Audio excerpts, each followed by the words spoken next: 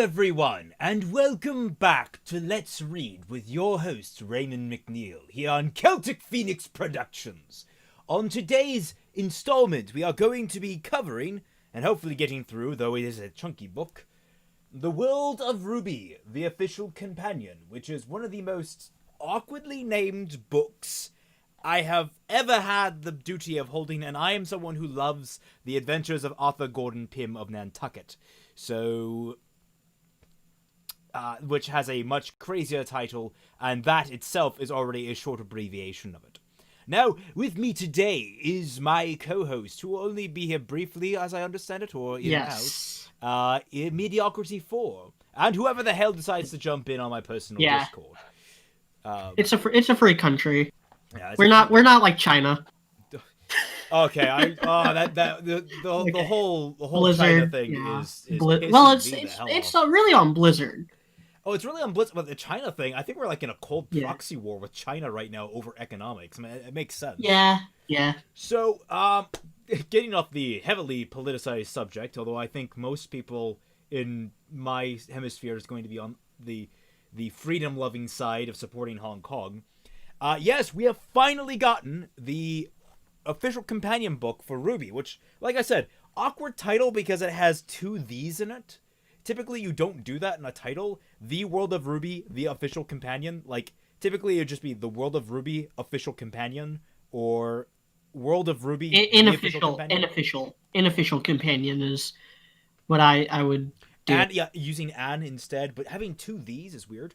Now, you might notice something a little strange about my lighting setup. My desk light blew out. Well, not that, but the, this is the drawstring for it, and I accidentally tore it off, because the thing is a piece of junk.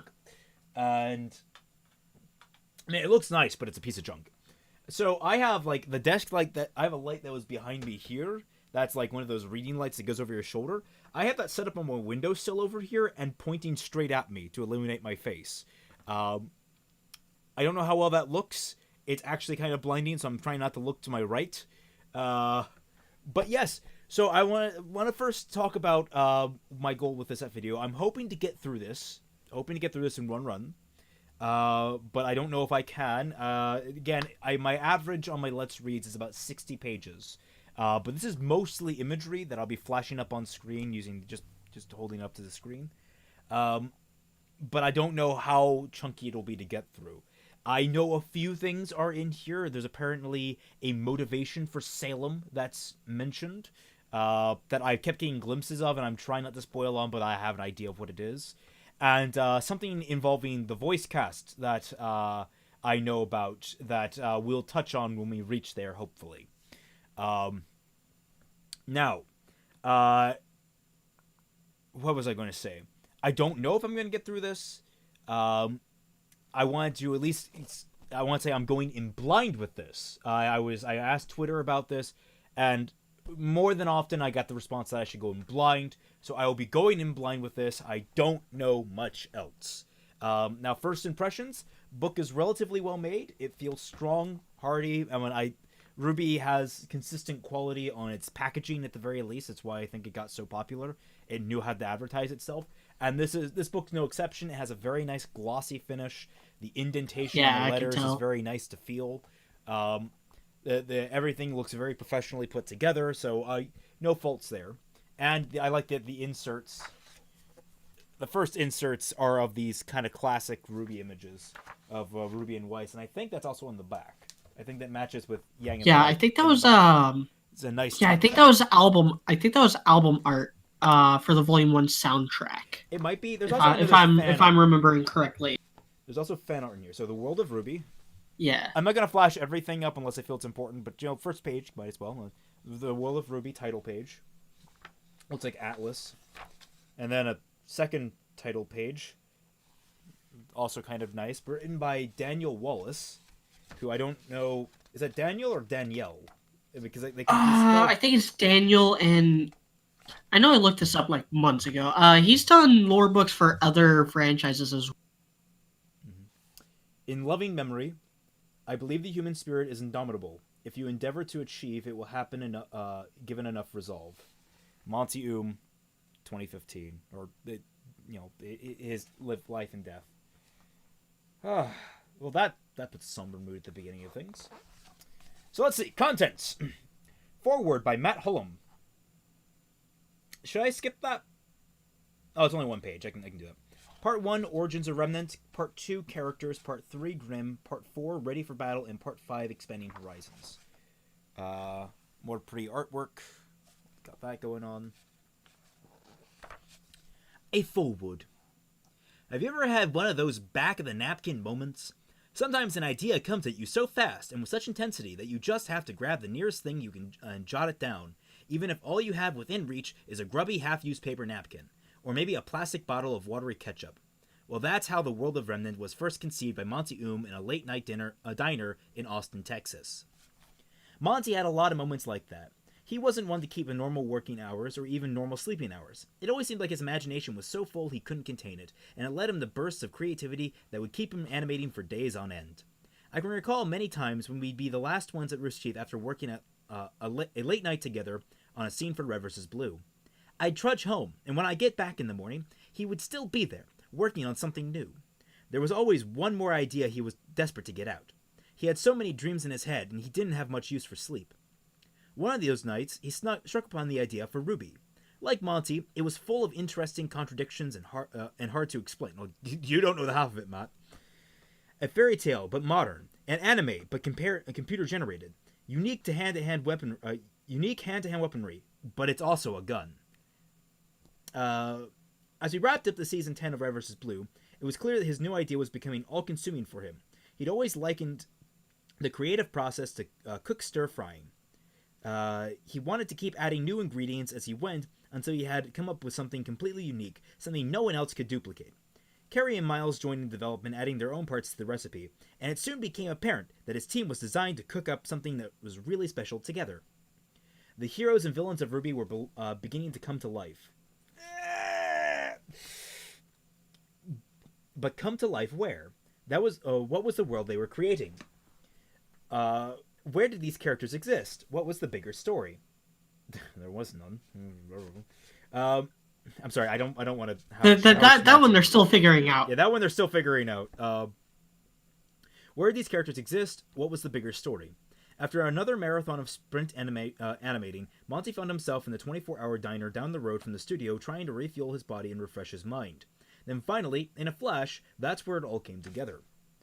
He grabbed the bottle of ketchup in front of him, squirted it into a leftover napkin, and folded it up to take his unique, unexpected moment of inspiration back to the studio. Returning to his desk, he unfolded the ketchup paper stained for Miles and Carrie. A red outline formed what looked like to be a messy Rorschach test, and what Monty saw in it was the answer he had been looking for. This is the map of where they live, where RWBY takes place. This is the world of Remnant. Monty scanned the messy tomato splotches on his computer, and brought it into Photoshop, creating the first map of Remnant. Suddenly, all the pieces were connected, and all the pieces were real. RWBY now had its characters, its story, and its world. Alright, first of all, not a bad starting point for a world, Monty. I mean, like, I give him kudos for this. Remnant is a visually striking world. I'll give him that. At least when it comes down to its rough, continents and such. However, yeah. I don't think Monty's style of creation again was very, very scattered. So, yeah, it did not cohesive to a lot of things. So we had some behind the scenes. There's a picture of Gray in here. Ooh, you think after the fallout after that they wouldn't have him? All right, the origins of RWBY. As an animated fantasy, I'm actually going to create some more room for myself here. There we go. As an animated fantasy, RWBY feels both familiar and fresh. Its habit of layering fairy tale influences next to bleeding-edge weaponry tech was just one of the series' fundamental contradictions, the result being that RWBY sometimes feels like it's materialized centuries ago, and other times feels like it's being beamed into the viewers from a far-flung future. Okay? I'm imagining the rest of this is Daniel right now, so prepare to be critiqued, Daniel. RWBY was born from ketchup. Yes, RWBY was born from ketchup. explains Does the anyone cape. else remember the continent in the top right corner? I do, Abe. I do. Goodness. So over on the other Discord, we have someone who is an animator, and he brought this up to us like years ago. That the map of Remnant has actually changed upwards of 5 times. Yeah, I believe that.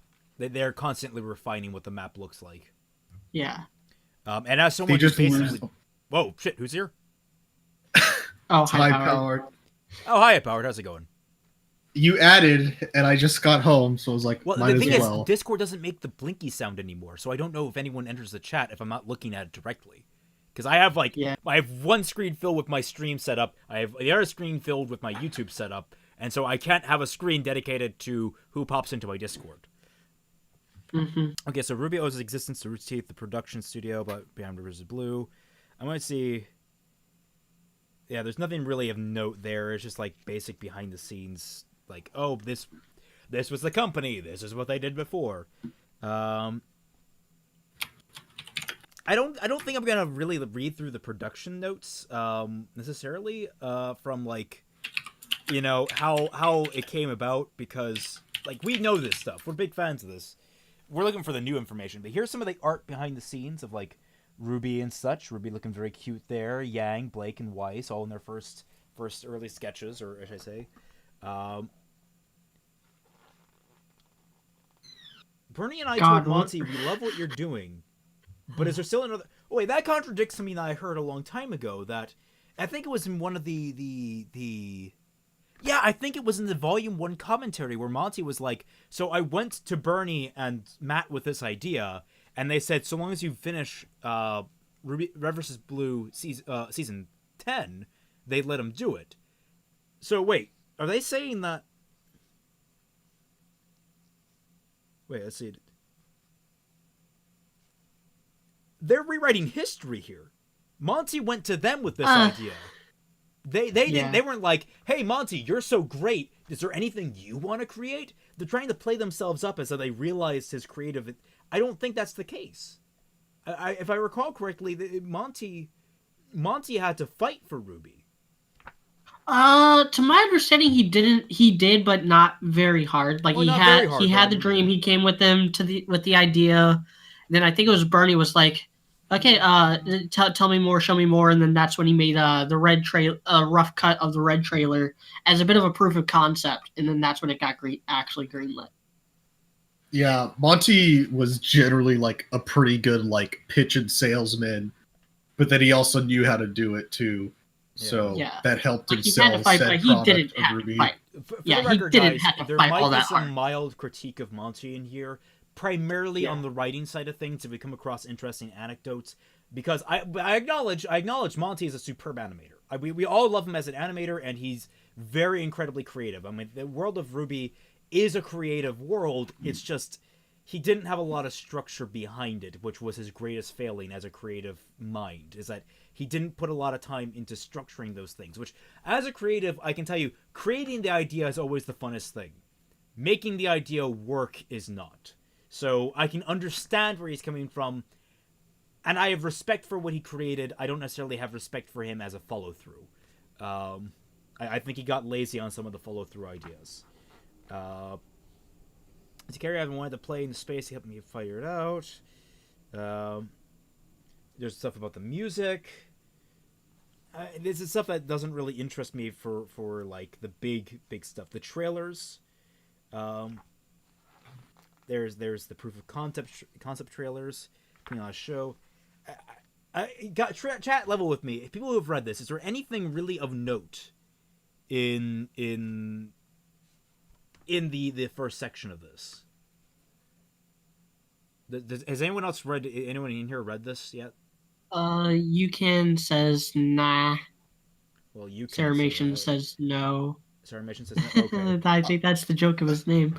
I just look forward to buying this thing, and then something comes up in the podcast, and it's like, oh wait, it's not in the book, so it doesn't count. And I just yeet the fucking book over my shoulder. So the like Four Luke Kingdoms with his lightsaber. All right. So no, I think like I think the first part of this is more for people who aren't familiar, are either new to RWBY or haven't like done all the digging. There's details on the kingdoms here. Monty's Untitled painted a wide geography of Remnant by mapping the borders. So the four kingdoms: Vale, Atlas, Mistral, and Vacuo. The ghost towns of Mountain Glen, Kuriuri, and others are proof of humanity's precarious position. Sorry, not precious. This world is covered in monsters, and there are probably a lot of places to live. There aren't a lot of places to live. Blah blah blah. Capital cities maintain security through military vigilance and natural defenses. In Vale, the geography is the first line of defense.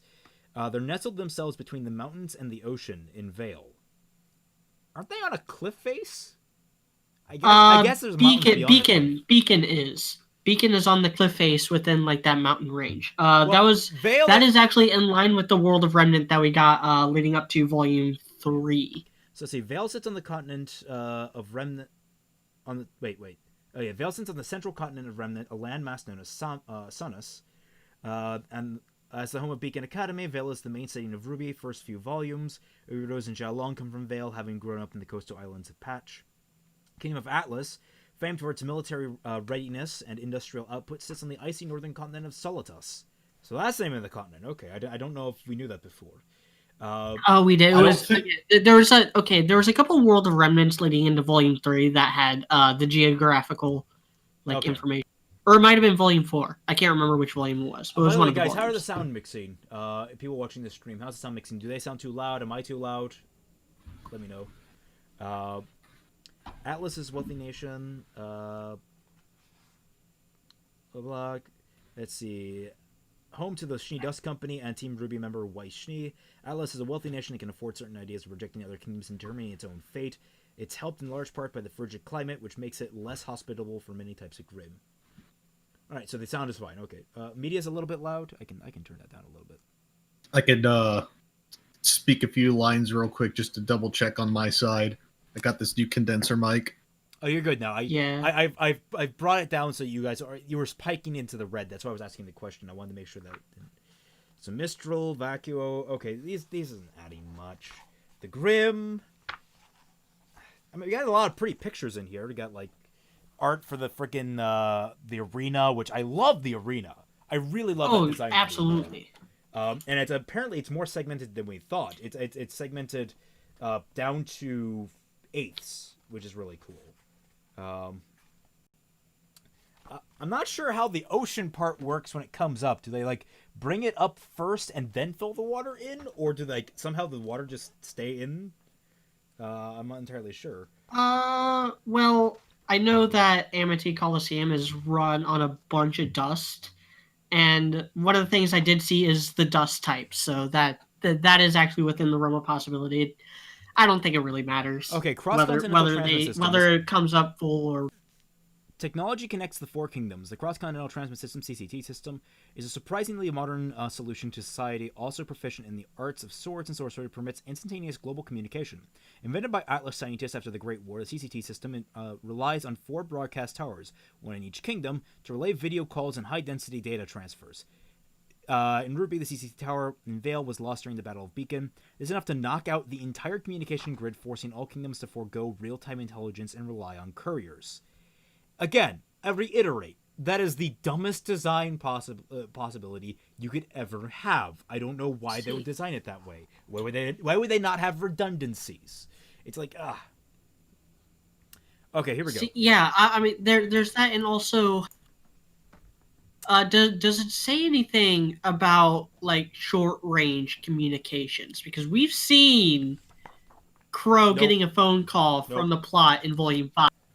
No, because they talked about short-range communications in the show. The first episode of Volume 6, you had the whole like range connection thing going on, which is a nice touch, but it still brings up the thing of why not have backup CCT towers?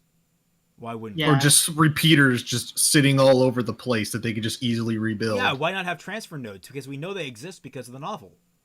The novel mentions that Vacuo has a CCT transmission node that is like for short range communication. Why not just build a whole bunch of those? Like, is it about money? If it means keeping the entire world connected to each other in times of crisis, I would think you would invest in that. All right, so we go. Aura.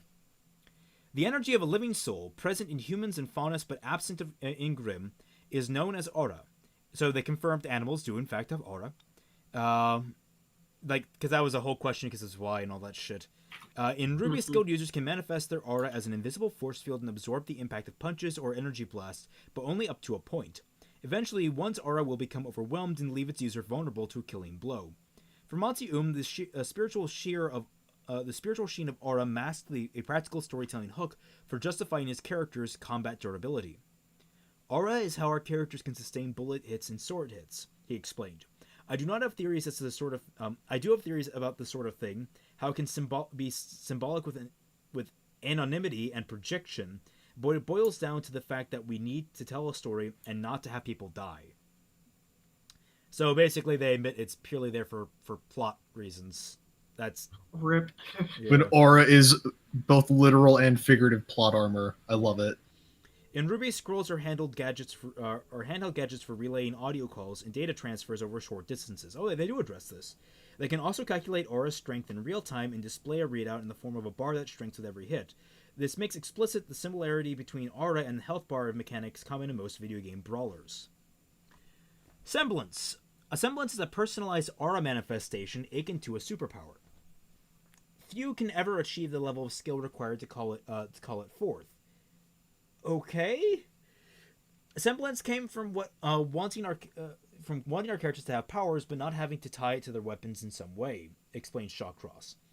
Semblances vary wildly from person to person, but generally reflect the wielder's personality.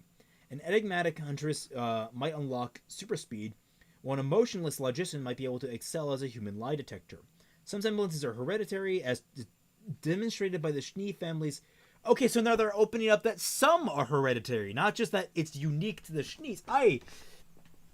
I think that's a good thing. I think it's. I'm okay thing, with this, but like they have completely backed off it being unique in whatever.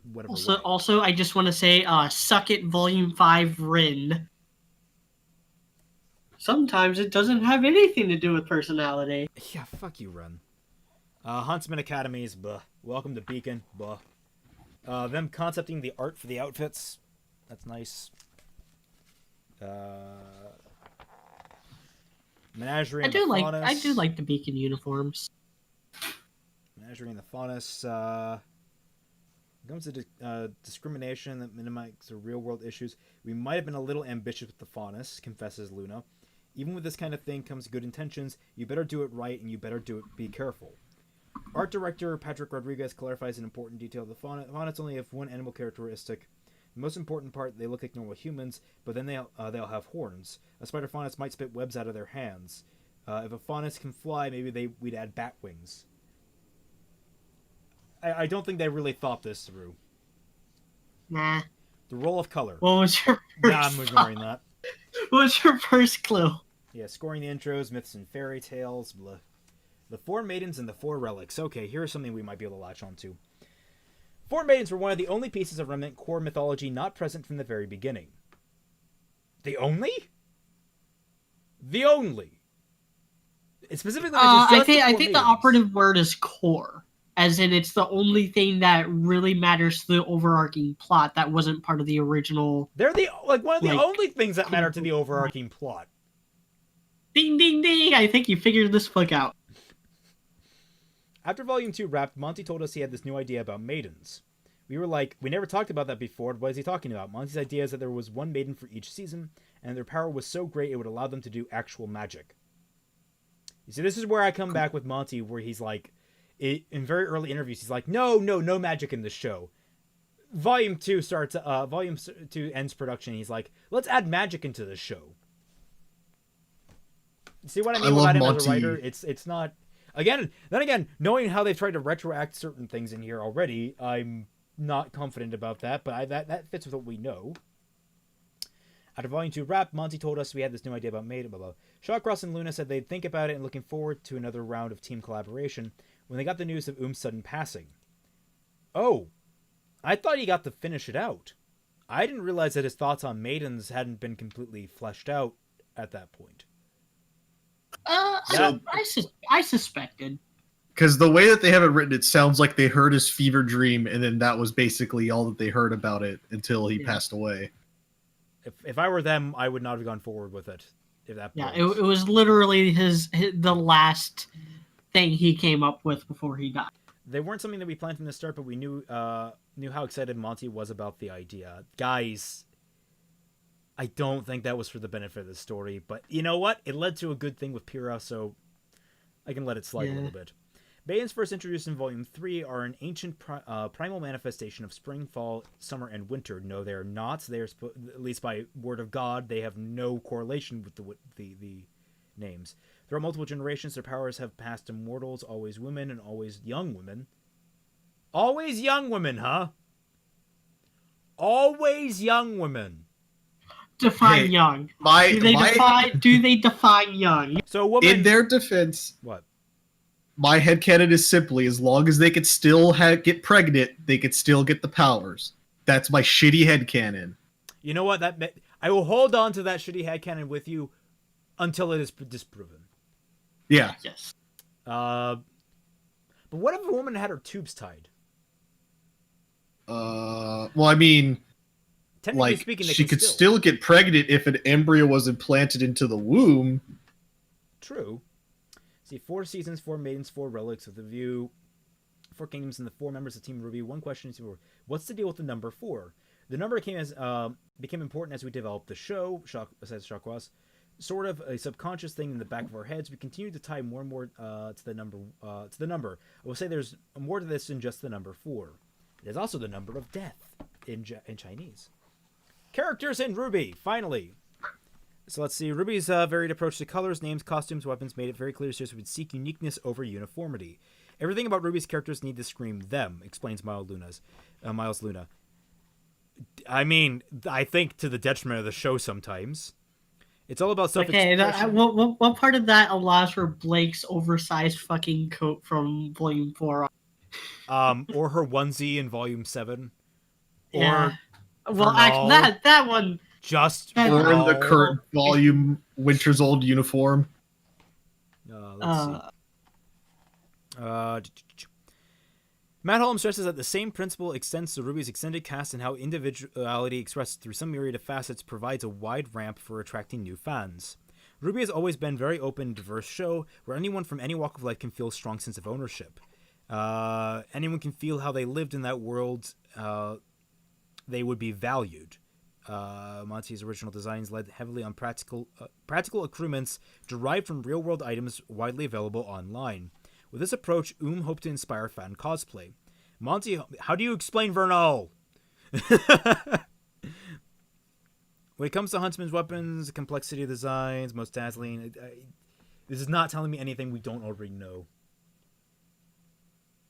Outfits match attitude. Nope. Okay. Ruby Rose, voice actor Lindsay Jones. For me, RWBY represents the birth of RWBY, says Shawcross. That might be confusing, but it's 2 different distinct Ruby Rose and RWBY the show. She was the first character Monty created, and her red trailer is how the show got made. She falters, but she always picks herself up and her friends up again. I can kind of see that. We all need that kind of person in our lives. RWBY is the youngest member of Team RWBY, earning advanced placement into Beacon Academy, blah, blah, blah, blah, Osborne, thus RWBY's apparent Silver Eyes Warriors. RWBY's apparent connection to the Silver Eyes Warriors of legend may have swayed Osborne's hand. Probably. RWBY is the daughter of Taiyang Xiaolong and the late Summer Rose, and the half-sister of Yang Xiaolong. We thought RWBY as innocence. And there we have it. Wasn't that what Blake said? That RWBY was innocence? Yes. There you have it. There's either innocence or purity, which are kind of synonymous. Yeah. So. RWBY, people are saying that this is not necessarily how Miles thinks when he wrote those Blake things. That Blake, just as a character, was flawed that way. That it was. This is how Miles sees them. This is actually how Miles sees them. He sees them as just blanket single phrase words. Probably with a few things tacked on, but this is not a healthy way to go about a character. She's the youngest, but she's exactly where she wants to be. RWBY wants to help people, but being naive means she doesn't always understand helping someone might mean not helping someone else. I don't... that's not necessarily just innocence.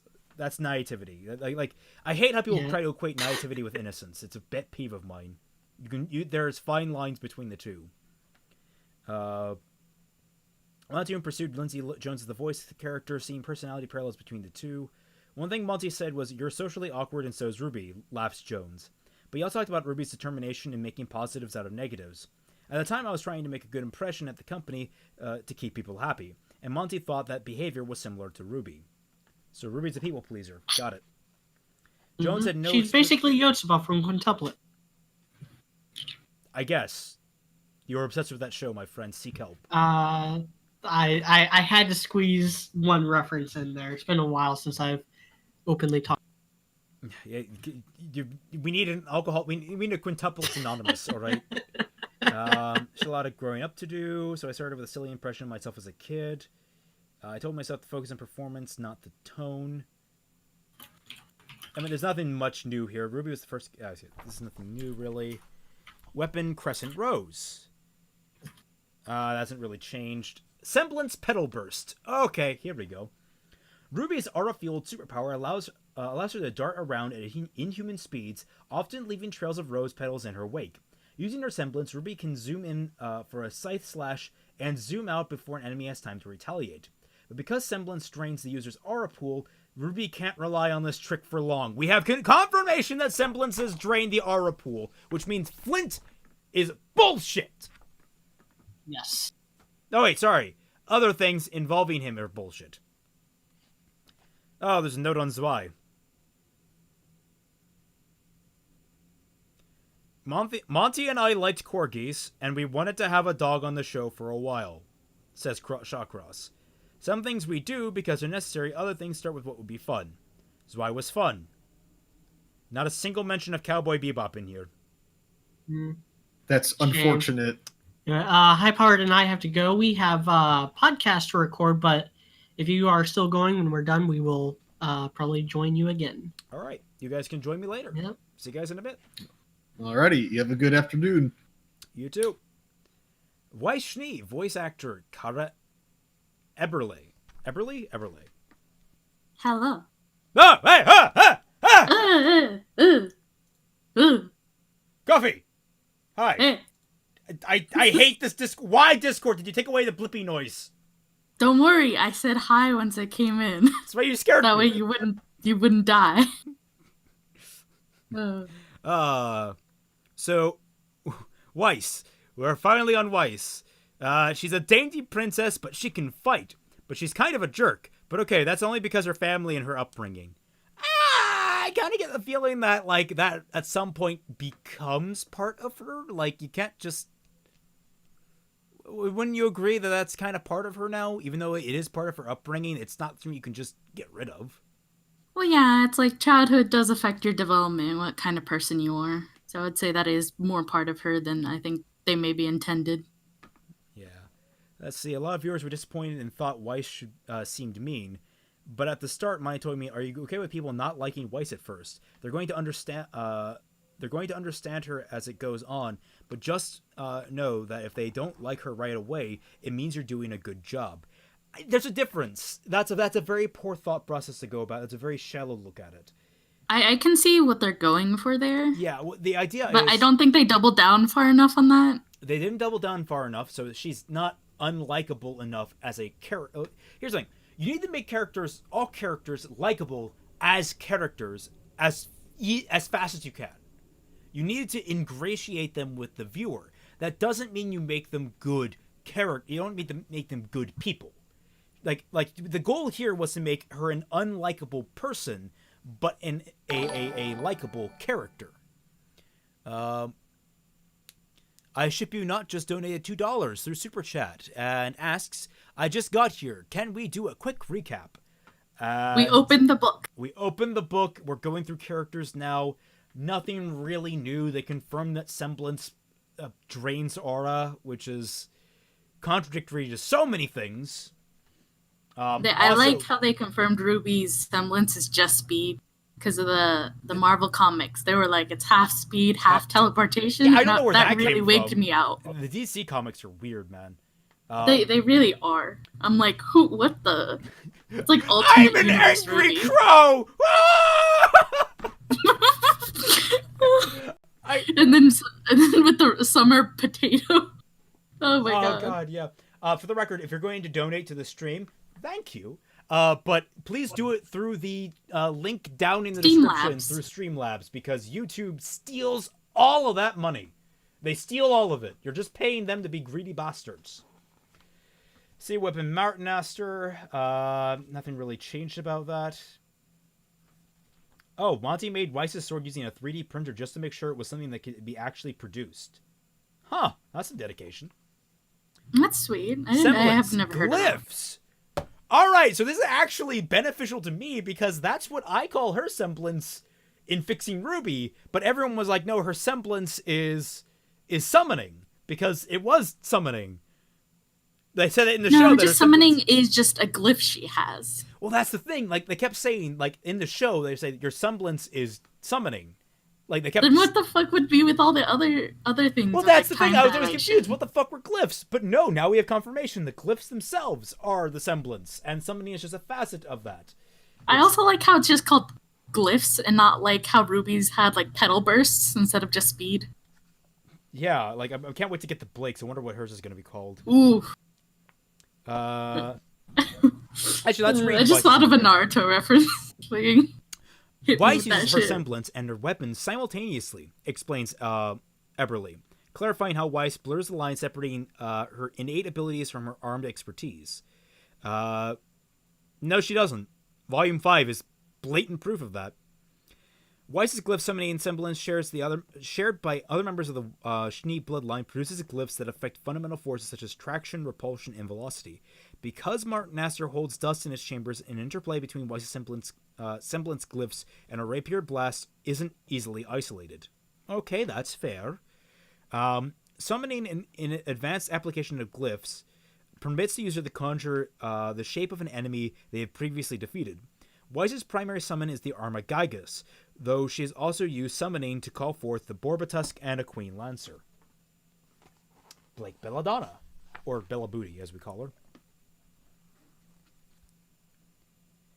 Okay, Blake doesn't think her experiences are anything other people can understand, so she doesn't think there's any reason to make friends. Blake is an angsty asshole, is what she is. Let's see. Blake was conceived as the beauty and the beast in one body, a stunning huntress who concealed her animal origins in her hair bow covering her cat ears. Again, one of the few good design decisions. Blake is very secretive and introverted. Her instinct is to run, whether she is running from her parents or from people like Adam. Blake would work as a funnest first White Fang insurgent alongside her partner Adam Taurus, but Adam's fanaticism caused Blake to break from the organization, an event depicted in the introductory Black trailer.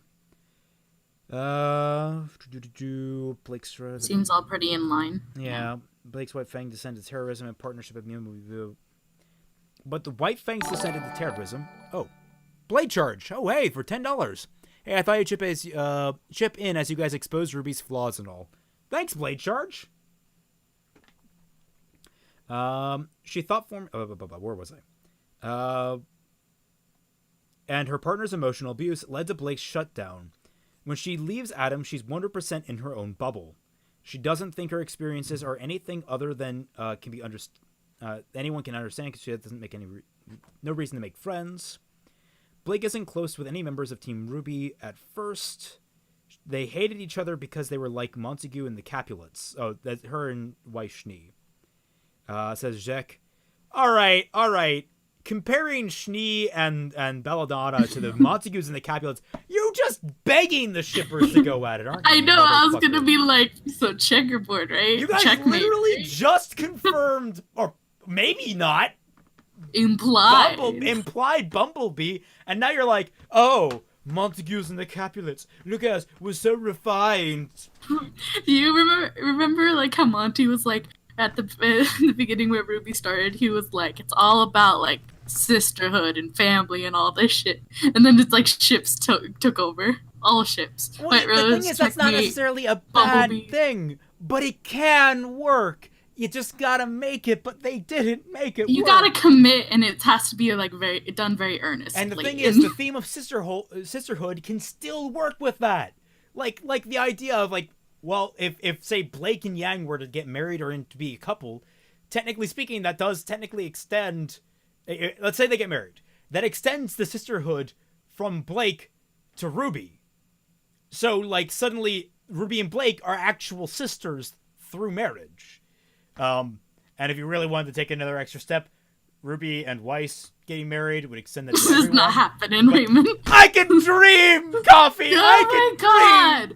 Get over it. You have fucking a witch academia. Yeah, I know. But, like, even that's not better technically White Rose. confirmed. White Rose never is really gonna happen. Although, I mean, like, that is technically, like, it's not confirmed, but, like, the entire production staff is like, we totally shipped it. Like, the key artist for the show has done, like, risque art of them together. Do you mean the original one who did the original RWBY concepts, or do you mean the now concept artist Aaron Wynn? I'm talking about Little Witch. That? Oh, yeah, totally. I see that. Yeah. Mm-hmm. No one's confirmed anything on White Rose. No, which, same. Gamble Shroud, it should be destroyed. Blah, whatever. Semblance. Shadow. Dang it. No Shadow Clone Jutsu. With dust, Blake can use Gamble Shroud to saturate her clones with elemental properties. Fire clones explode, earth clones are rock solid, and ice clones can insta-phase around. And she barely ever uses that. Nightmare X123. You would marry your sister? Wait, who said what? You dense motherfucker. Oh gosh. No, you marry a girl and she becomes your sister's sister-in-law. Yes, that's how that works. Someone has never looked at a family tree. Yang Xiaolong, voice actor Barbara Dunkelman. Yang's simmering anger stems from her feelings of abandonment, and she is consequently extremely protective of her younger sister. Yang lost her mom, like RWBY, but then Yang had to fill that same role, says Shawcross. No contradictions thus far, aside from some weird shit in the early volumes, but you know what? Fine. We've gone over that crap at length. We've accepted, like, it's just gonna be jank. Okay, so the model for her weapon is fucking scary because it just has, like where the wrist should be, it's just a flat surface. Let me try. It's just like basically she takes off her hand and has to reattach it to Ember Celica. Oh yeah, that is weird. I guess that works better with her right hand after volume 3, but yeah. So Semblance is called Burn. All right, I guess that's serviceable. It's fine. Yeah. Talks about Bumblebee in here. The car. There's a motorcycle. Motorcycles, not cars. Yang's motorcycle sports a custom yellow paint job after the fuzzy pollinator and shares its name. With a quick throttle acceleration and tight turning radius, Bumblebee is handy for getting out of tight scrapes. There's no gas in Remnant, just dust. Called it! Fucking called it! Sorry, it's just like they finally, like, I have confirmed that dust is the propellant of the fossil fuel of this universe, which has been my running theory on it for so long. I mean, same. I always thought it's like, okay, basically a combustion engine, but with fire dust. Combustion onion. Yes! The combustion onion! Throw it at people and they combust! That's what's everything runs on. Combustion onion. The ultimate in fuel. And delicious. And Yang's motorcycle works using combustion dust. So there's a specific type of dust called combustion dust. I like it. I like the idea better that, like, different types of dust give you a different type of combustion. That'd be interesting. I would wish we got more into dust and dust combinations. Like, if you add wind and fire, maybe you get combustion dust. Maybe. That's probably it, because they talk about combining shit. I don't know. I've only saw some of the pictures of the dust and how they look and stuff. I don't know how far it goes into that. Let me pull that up, actually, because I was in here somewhere. I don't know where dust was. Yeah, it's like they labeled them and you could see all the colors. Yeah, and here stuff. we go. And I was like, We've got fire, ice, wind, electricity, water, plant, rock, and gravity. Plant threw me for a loop. Have we seen that in action yet? No, I don't think we have. And I don't know how that would apply. Like, is it like plant bending from Avatar, I guess. Or would it be like instant plant growth? So it's like you throw it at somebody and it becomes like brambles all over their body. Team Juniper. Ooh, you need to definitely show the concept art for this because we never got to see clear pictures of it in the production diaries. They're not showing a lot of concept art for the characters, actually. That sucks. Like John doesn't have any concept art in here. Well, he has for the uniform. For the uniform, but that was about it. That's it. Also, he's not very impressive. Volume 4, Blacksmith upgrades. Yeah, whatever. His semblance is Aura Amp. Woo. Okay, yeah. Makes sense. Exciting, guys. Nor Valkyrie, still cute. Oh, also note, they didn't have anything with Yang's arm in her profile. Really? They didn't even have, like, an image of detailing not an image. Which is weird. This book's got some weird choices in it. John Ark, voiced by Miles Luna. Nor Valkyrie, voiced by Samantha Ireland. Love the last name, Lassie. Extroverted. I mean, we know who this character is. Let's see. Weapon, Magna Hild. Semblance, High Voltage. Which, that works. Pure Nikos, yeah, I never thought about it, but yeah. Voiced by Jen Brown. I'm sorry I'm kind of going through this, like, very haphazardly, guys, but there's not, like, a lot here. It's just basic notes about the characters. Pyrrha is our token Canadian character. Okay. That one's funny. Yeah, that was like a headcanon that she's just really nice and stuff in Canadian. Weapon is Milo and Akuo. We knew that. Semblance polarity. That's not necessarily polarity, but fine. Lai Ren. Nothing new with Lai Ren, voiced by Monty and then Neith. Is Semblance like nullification or something like that? Tranquility. Oh, that's actually really good pretty. name. That's a really good name. I His like weapon that. is Stormflower, which doesn't have a space between the storm and the flower. It's just Stormflower. Is flower spelled weird, like without vowels? No, it's not. I can't get it. So it's just spelled normal and there's just no space. Just normal, no space. I don't. Yeah, and like in the That actual, looks like a ship. in the actual paragraph, I just actually backed out of my live stream. No. Yeah, okay, there we go. That's weird because like they're consistent with it at the very least. Yeah, fair to them. Yeah. Team Ranger. Just a slight note about how Team Ranger got about. That's fine. Team Season.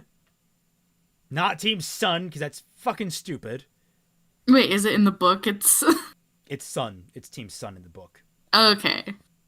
Because I was like, you pulling... I can't see the book. You pulling the wool over my eyes sometimes. Sun Wukong, voiced by Michael Jones. Lindsay and Michael are still together, right? Lindsay and Michael? Yeah, they have 2 kids.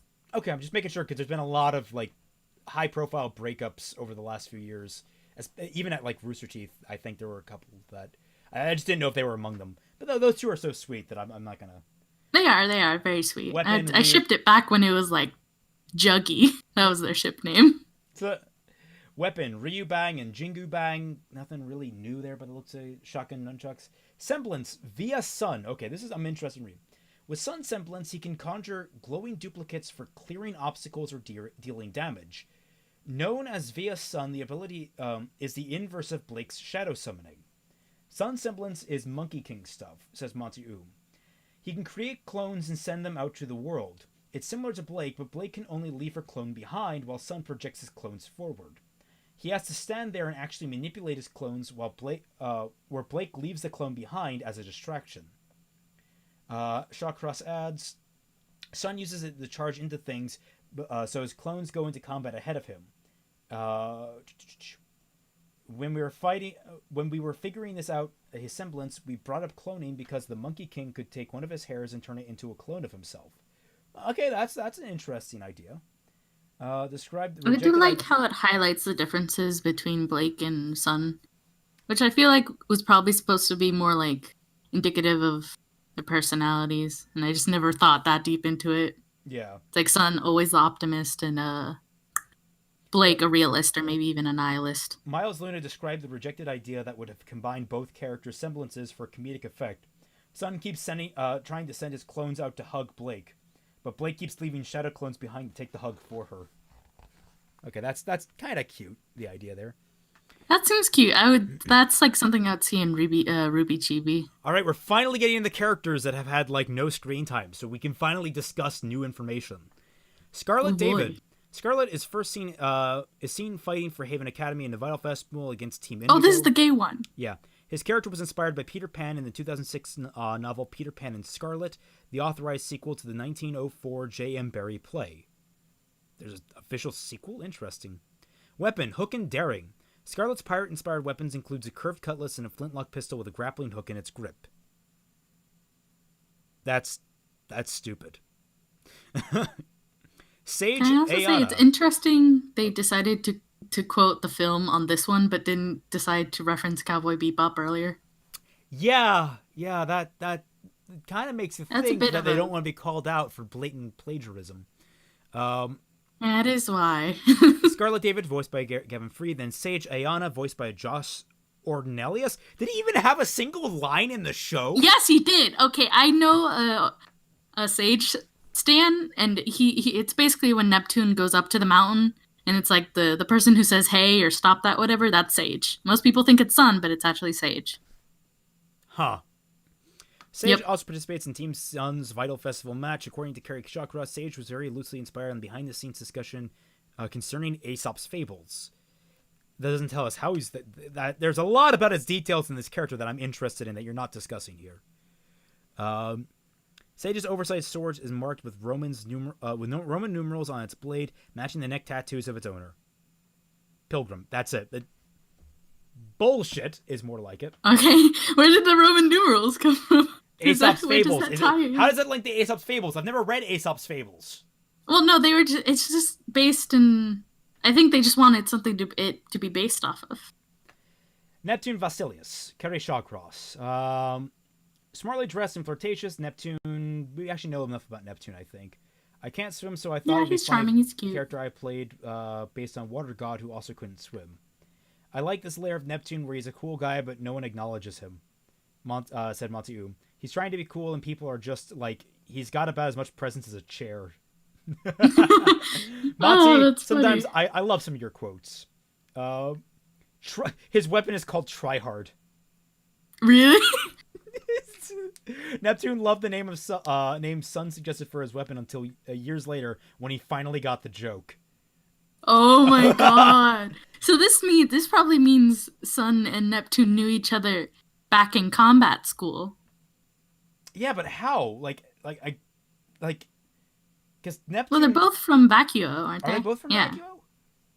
Yeah, because they fought, remember the whole thing was Vacuo against Vacuo in their Volume 3 fight. Vaguely, yeah. Team Cardinal. Hey, my boys! Hey, this is sweet! Team Cardinal, Barbeacon's bullies, challenging classmates and cruelly persecuting John Arc. What? John Arc? What about Velvet? Just gonna leave Velvet out of Remember don't worry, they don't mention it. They don't mention it because everybody was complicit in her bullying and racism. Leader Cardinal Winchester is John's early nemesis with Russell Thrush, Dove Bronzewing, and Skylark as Cardinal. She doesn't count because she's a faunus. She's not a human. She doesn't have rights. Cardinal Winchester. I just realized I don't have music going. I don't want to risk playing something copyrighted. I'd say Cardinal Winchester, voiced by Adam Ellis. Cardinal Winchester was the main person who prosecuted Joan of Arc, explained Shawcross, revealing that his historical inspiration behind Cardin and John's antagonism. But John isn't the only target of Cardin's torments. Velvet Scarlatina also suffers under Team Cardinal's attention as Cardin tries to make life miserable for anyone who won't fight back. Weapon, the Executioner. Okay, well, that's a good name. I like that. Too bad a it's little a stupid extra, weapon. but I'll live with it. Cardin's Spaked Mice has a red fire dust crystal mounted in the center of its head. The special feature allows Cardin to unleash explosive blasts at will. That's awesome. Why have we never seen that? That's very interesting because we noticed that it is red in there and stuff. So that speaks to like his combat ability to handle dust in a way that it doesn't just blow up on him every time. Russell Thrush, Shane Newville. Oh, we have 212 viewers. Oh, this is awesome. Hi guys, how's it going? Hey you. Remember, if you want to donate, you want to click the link in the description below. That's for Streamlabs. Streamlabs is like when Gabe Newell gets off his ass and makes Half-Life 3. By the way, Half-Life 3 confirmed. Of course. Russell Thrush, voiced by Shane Newville. Wait, Shane as in the Shane? Yeah. The one that letter. Yeah, Shane Newville. Mm-hmm. That's a letter. Surprised they have his name in this book. Okay, all right. This is surprising considering something I know that's coming up. Same. I'm like, okay, interesting. Slim physique, Russell Thrush sports a pale green mohawk style. In a sparring match between volumes, in Volume 2, Pure Nico's effortlessly dismantles Russell and the rest of Team Cardinal, which prompted Monty to give Russell credit for his acrobatic flips and dodges. Russell here is doing his thing, which is, who knows? He said, Russell could be really good, though. It could be really good, too. It's just like Pure is that much better. His weapons are called short wings. These long-handled daggers are fitted with cylindrical dust magazines, permitting specialized combat effects of Russell's choosing. Okay. I've always liked Russell. I don't know why, but he always kind of stuck out to me as sort of like this hapless doof that just kind of followed Cardinal around. Same. I think that was even a joke in like one of the volume commentaries, like maybe volume 1 or 2. Yeah, because he always seemed like he could be like, he's just like a hard ass, but he could be a good guy. Yeah, idiot with a heart of gold or something. Yeah. Dove Bronzewing, Cardinals, these guys don't even have voices. Cardinals Husky, actually they might. Can you look up for me whether or not Dove and Sky actually have voices? I feel like Dove might have been done by Carrie momentarily for like efforts or something. So. Yeah. Cardinals Husky Sword Fighter, Dove Bronzewing, one praise from Monty who saw him as Team Cardinal's secret weapon. I like the idea of Dove being the best of the team, even though Cardin's the leader. With Dove, you kind of like your pudgy characters doing these flips and stuff. Like, yeah, maybe he can go toe to toe. His weapon is okay. So he has a Japanese dub actor, but he does not have an English one listed. What? Japanese is Soichi Abe, but there's not an English one listed. All right, that's surprising. His weapon is the Hall Shot. The hilt of Dove's sword doubles as a revolver, allowing him to fire at opponents while still making thrusts and parries. It's a gunblade. It's literally just a gunblade. Also, heads up, Skylark is the same. Okay, just making sure. Yosuke Morita. Interesting. Maybe they had like off-screen like background voices, something like that. I think what they probably did is they got some animators in for just making efforts for them. Possibly. Skylark, in keeping with the color theme inspired by his name, Skylark has blue eyes and bluish thick black hair. Thick slicked back hair. Blah. Weapons. He looks way more gray. Yeah. Weapons. Feather Edge. Sky's halberd has a long two-handed shaft. Its double-pronged axe head is paired with a wide, sharp spike on the opposite side. It's just a halberd. It is literally just a halberd. Okay.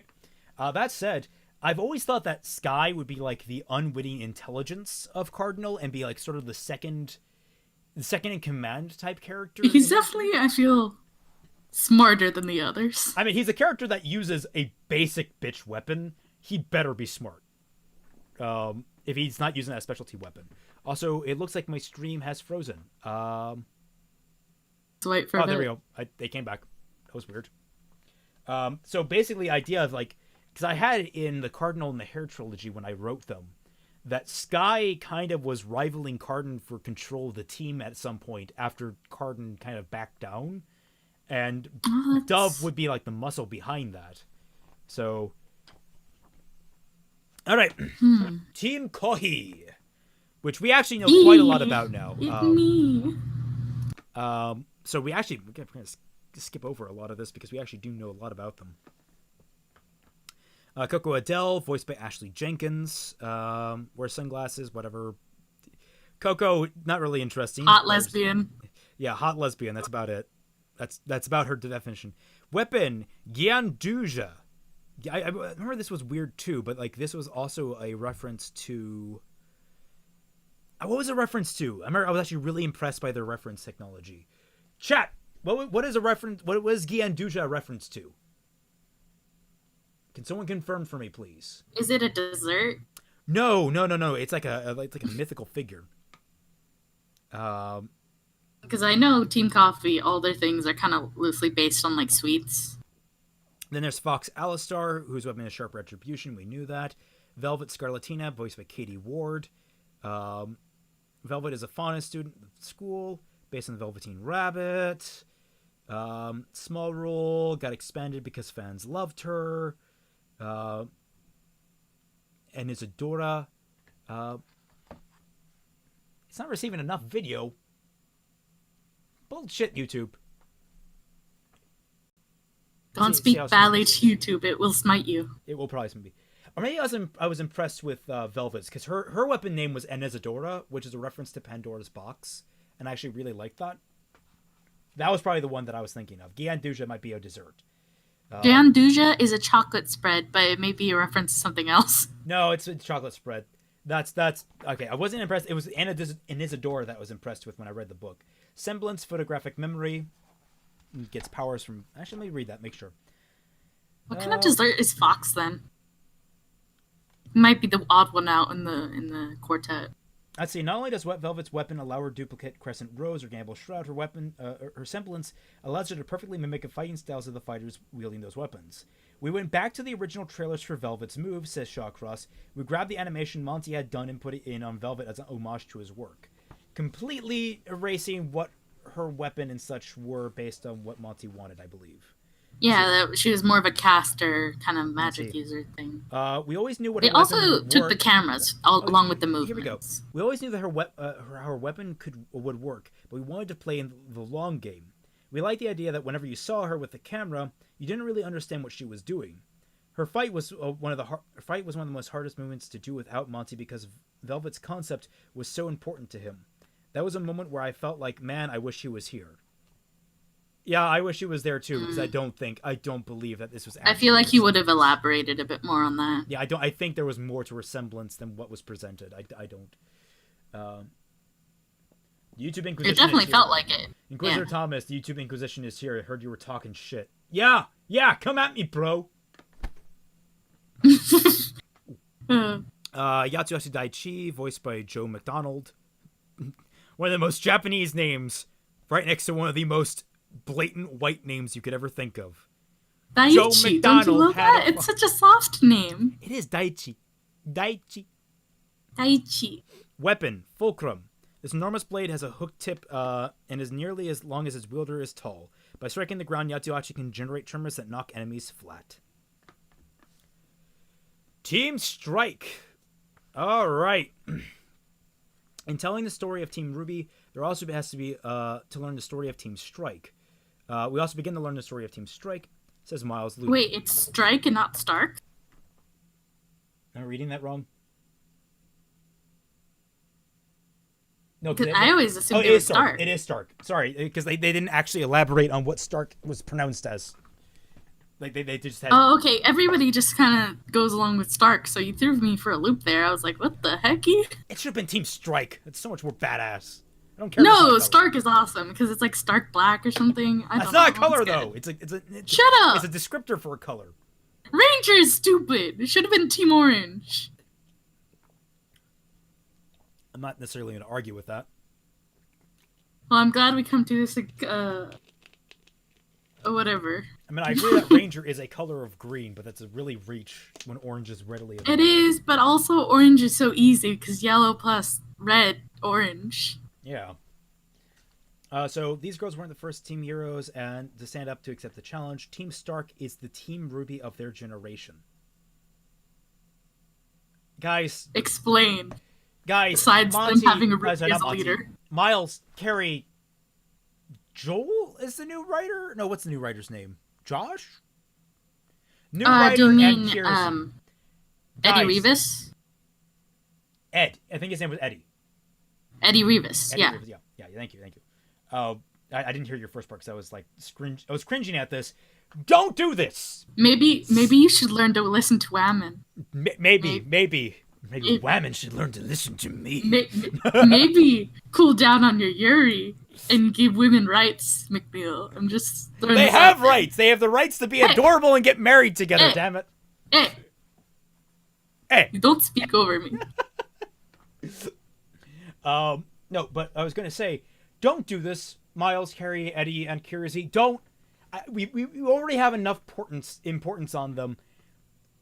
Leave Summer out of this. Leave Ty out of this. Because they settled down. They had a future. Let them be average-ish parents, all right? Let them have that. Raven and Crow can have been the crazy ones. I can't, I think they're all shit parents.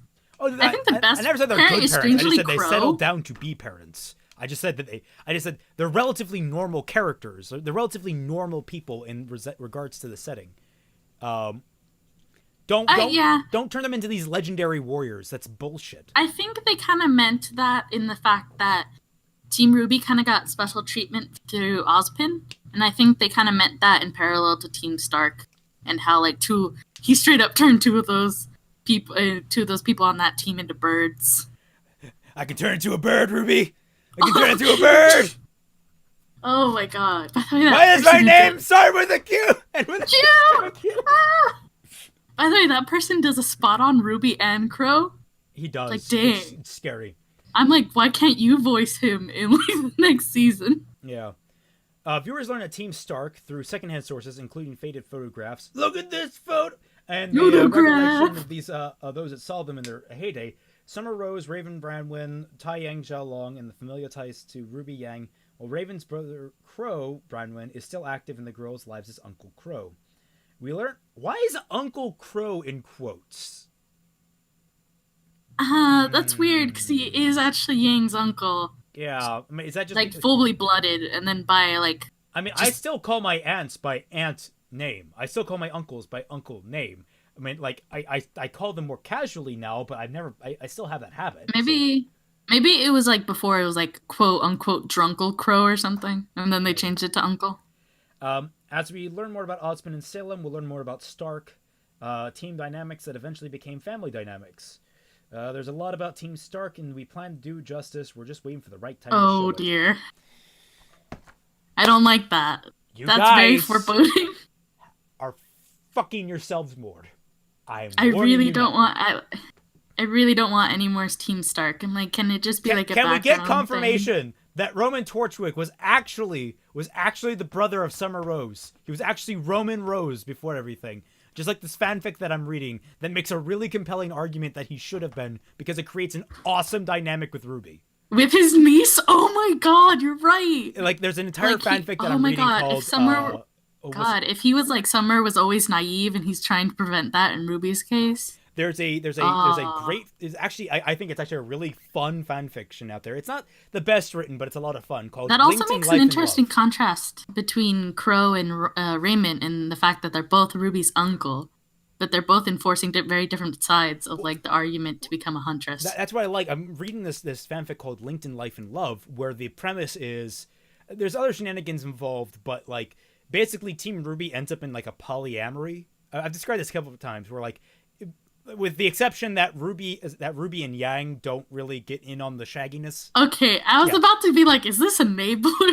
Because it's gonna throw they work their way around it. There's this whole thing about how Faunus mate, and basically Blake marks all three of them with a mate mark, and so they're all technically sort of Faunus married. And there's a sibling bond for polyamorous relationships in the Faunus mating ritual that allows for siblings to marry the same person without marrying each other.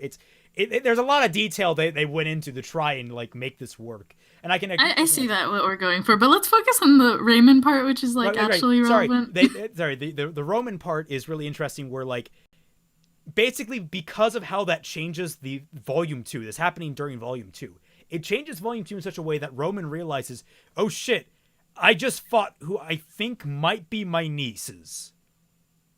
Fuck. Interesting. So he calls up Raven And basically this leads to a spiral where, like, he joins the good guys, and he's like, I can't in good faith try to kill my nieces again. I don't know. I feel like killing his still fight. I feel like that could work as like a background detail, even with like the Volume 3 fight and stuff. I feel like it's stronger that way.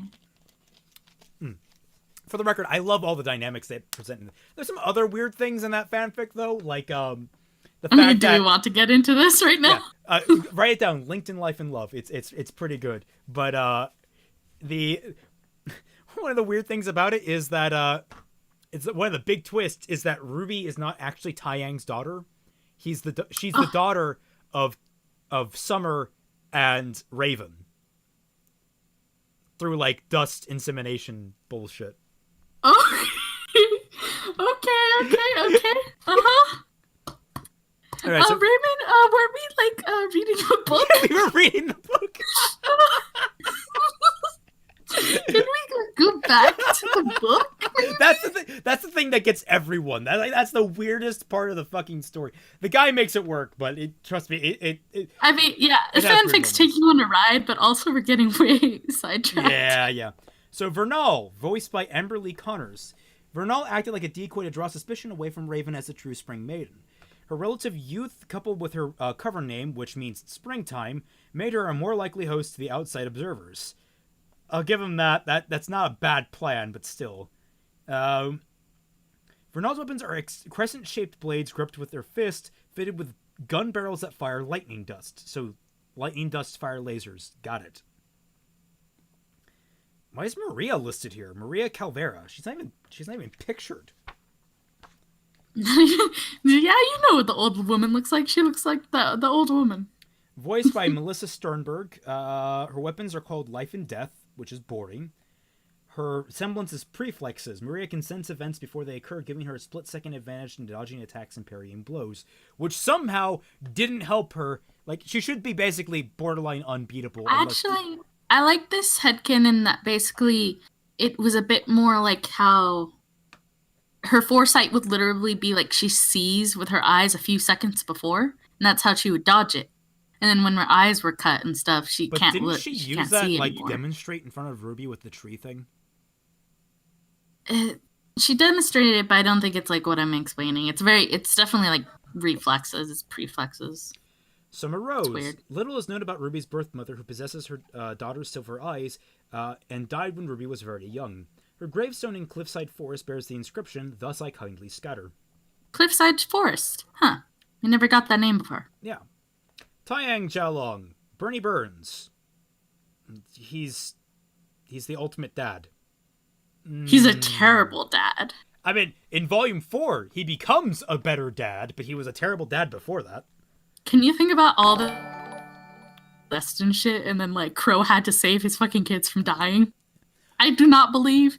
I think it was a very long journey to get to.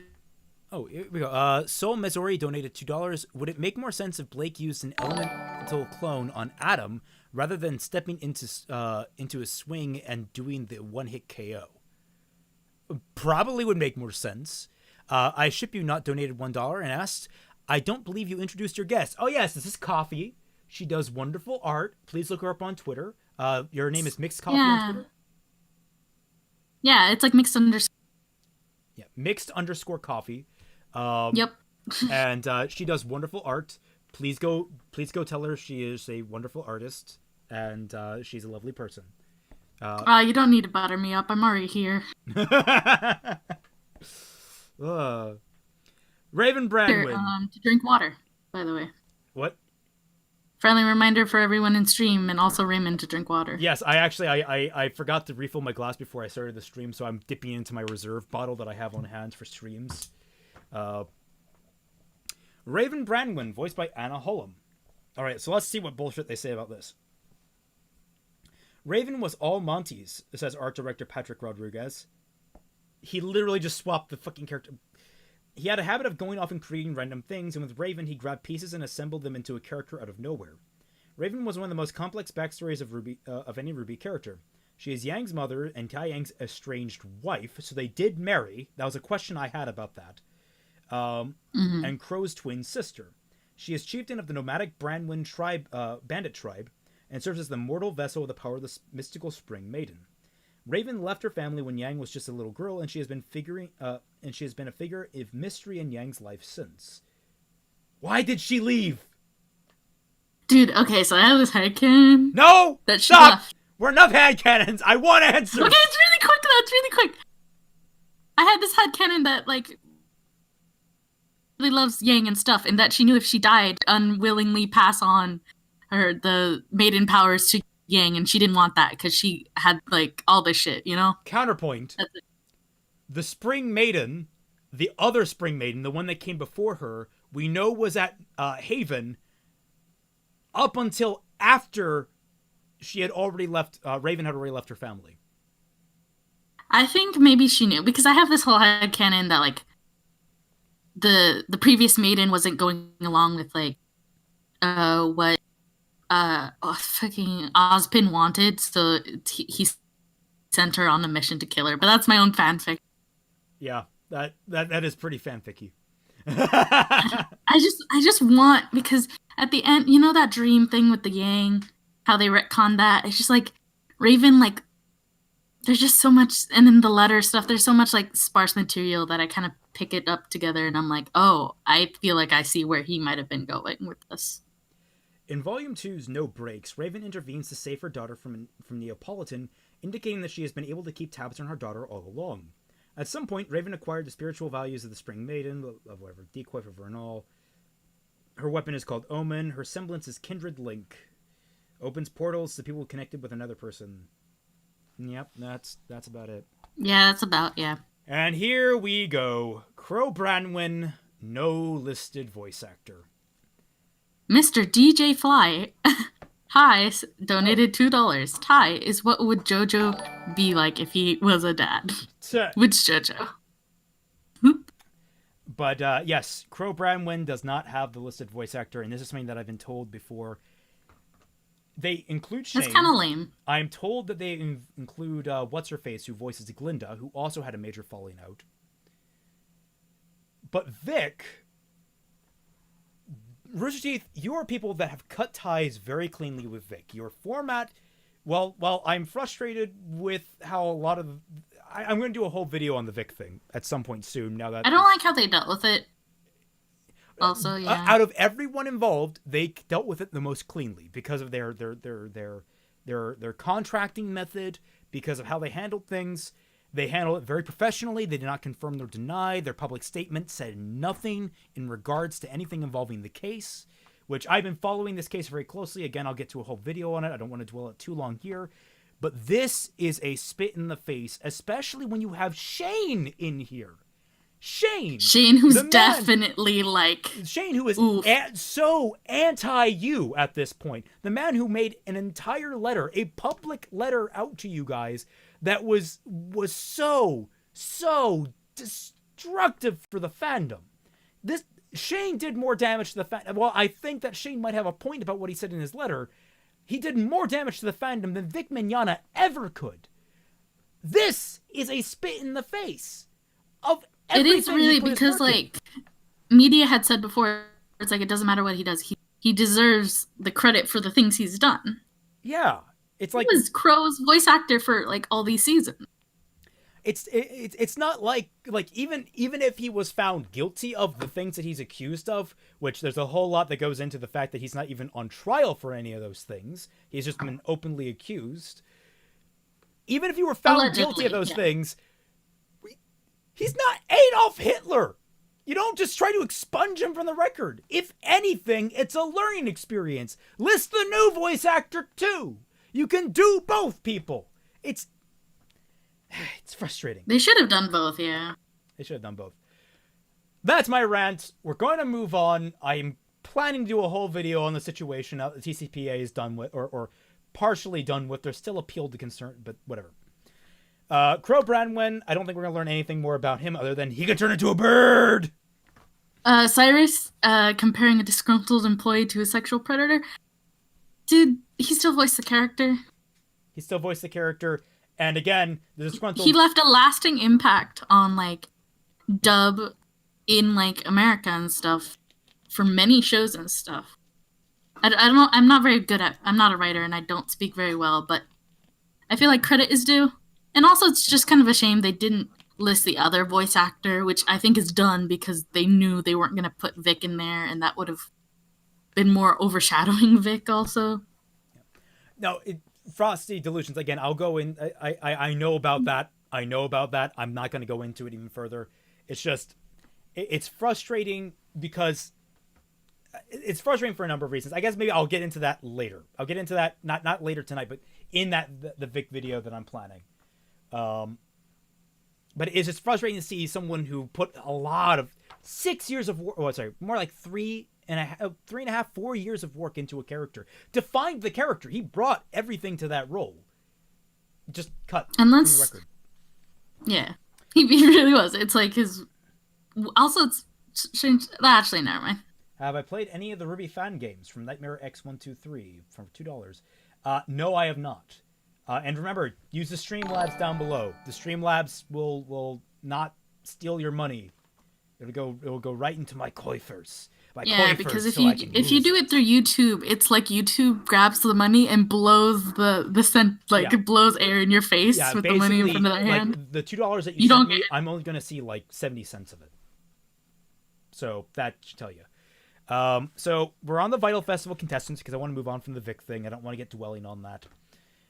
Team Funky. Team Funky is the proof of how out there Vital Festival contestants can get.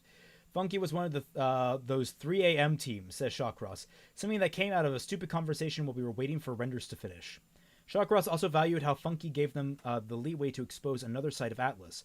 Up to that point, people from Atlas included Weiss, Winter, and Penny, he said. With Funky, we wanted to show that cooler characters could come from Atlas. Though presumably a 4-person squad, only 2 members of Team Funky are seen competing in the Vital Festival. Flint Cole. Flint wears a blue-trimmed fedora and casually loose necktie. His trumpet emits sound waves which can accelerate or decelerate objects or generate a sonic shield against attacks. His Semblance Killer Quartet generates 3 identical clones of Flint, each armed with its own trumpet that mirror his movements for quadruple strength attacks. Neon Cat, Cole was voiced by, Flint was voiced by Flint Flossie. Flint Flossie! They were really into his music for a time. They were really into his music, and they really thought he was funny, even though he never told a single joke in the show. I bet I bet he was just funny person to be around. And no, they said they specifically hired him because he was funny for the role. That's kind of a weird thing that they, you're funny, let's put you in this character role. And not have you tell any jokes. And the character not be funny. Yeah. Maybe that's the joke. No. Neon Cat, voiced by Meg Turney. Neon Cat, Flint's doubles partner against Team RWBY, Team RWBY's Weiss and Yang, is a cat faunus. Her furry tail and feline agility help perform her signature rollerblading stunts, which leave a rainbow trail in her dust in her wake.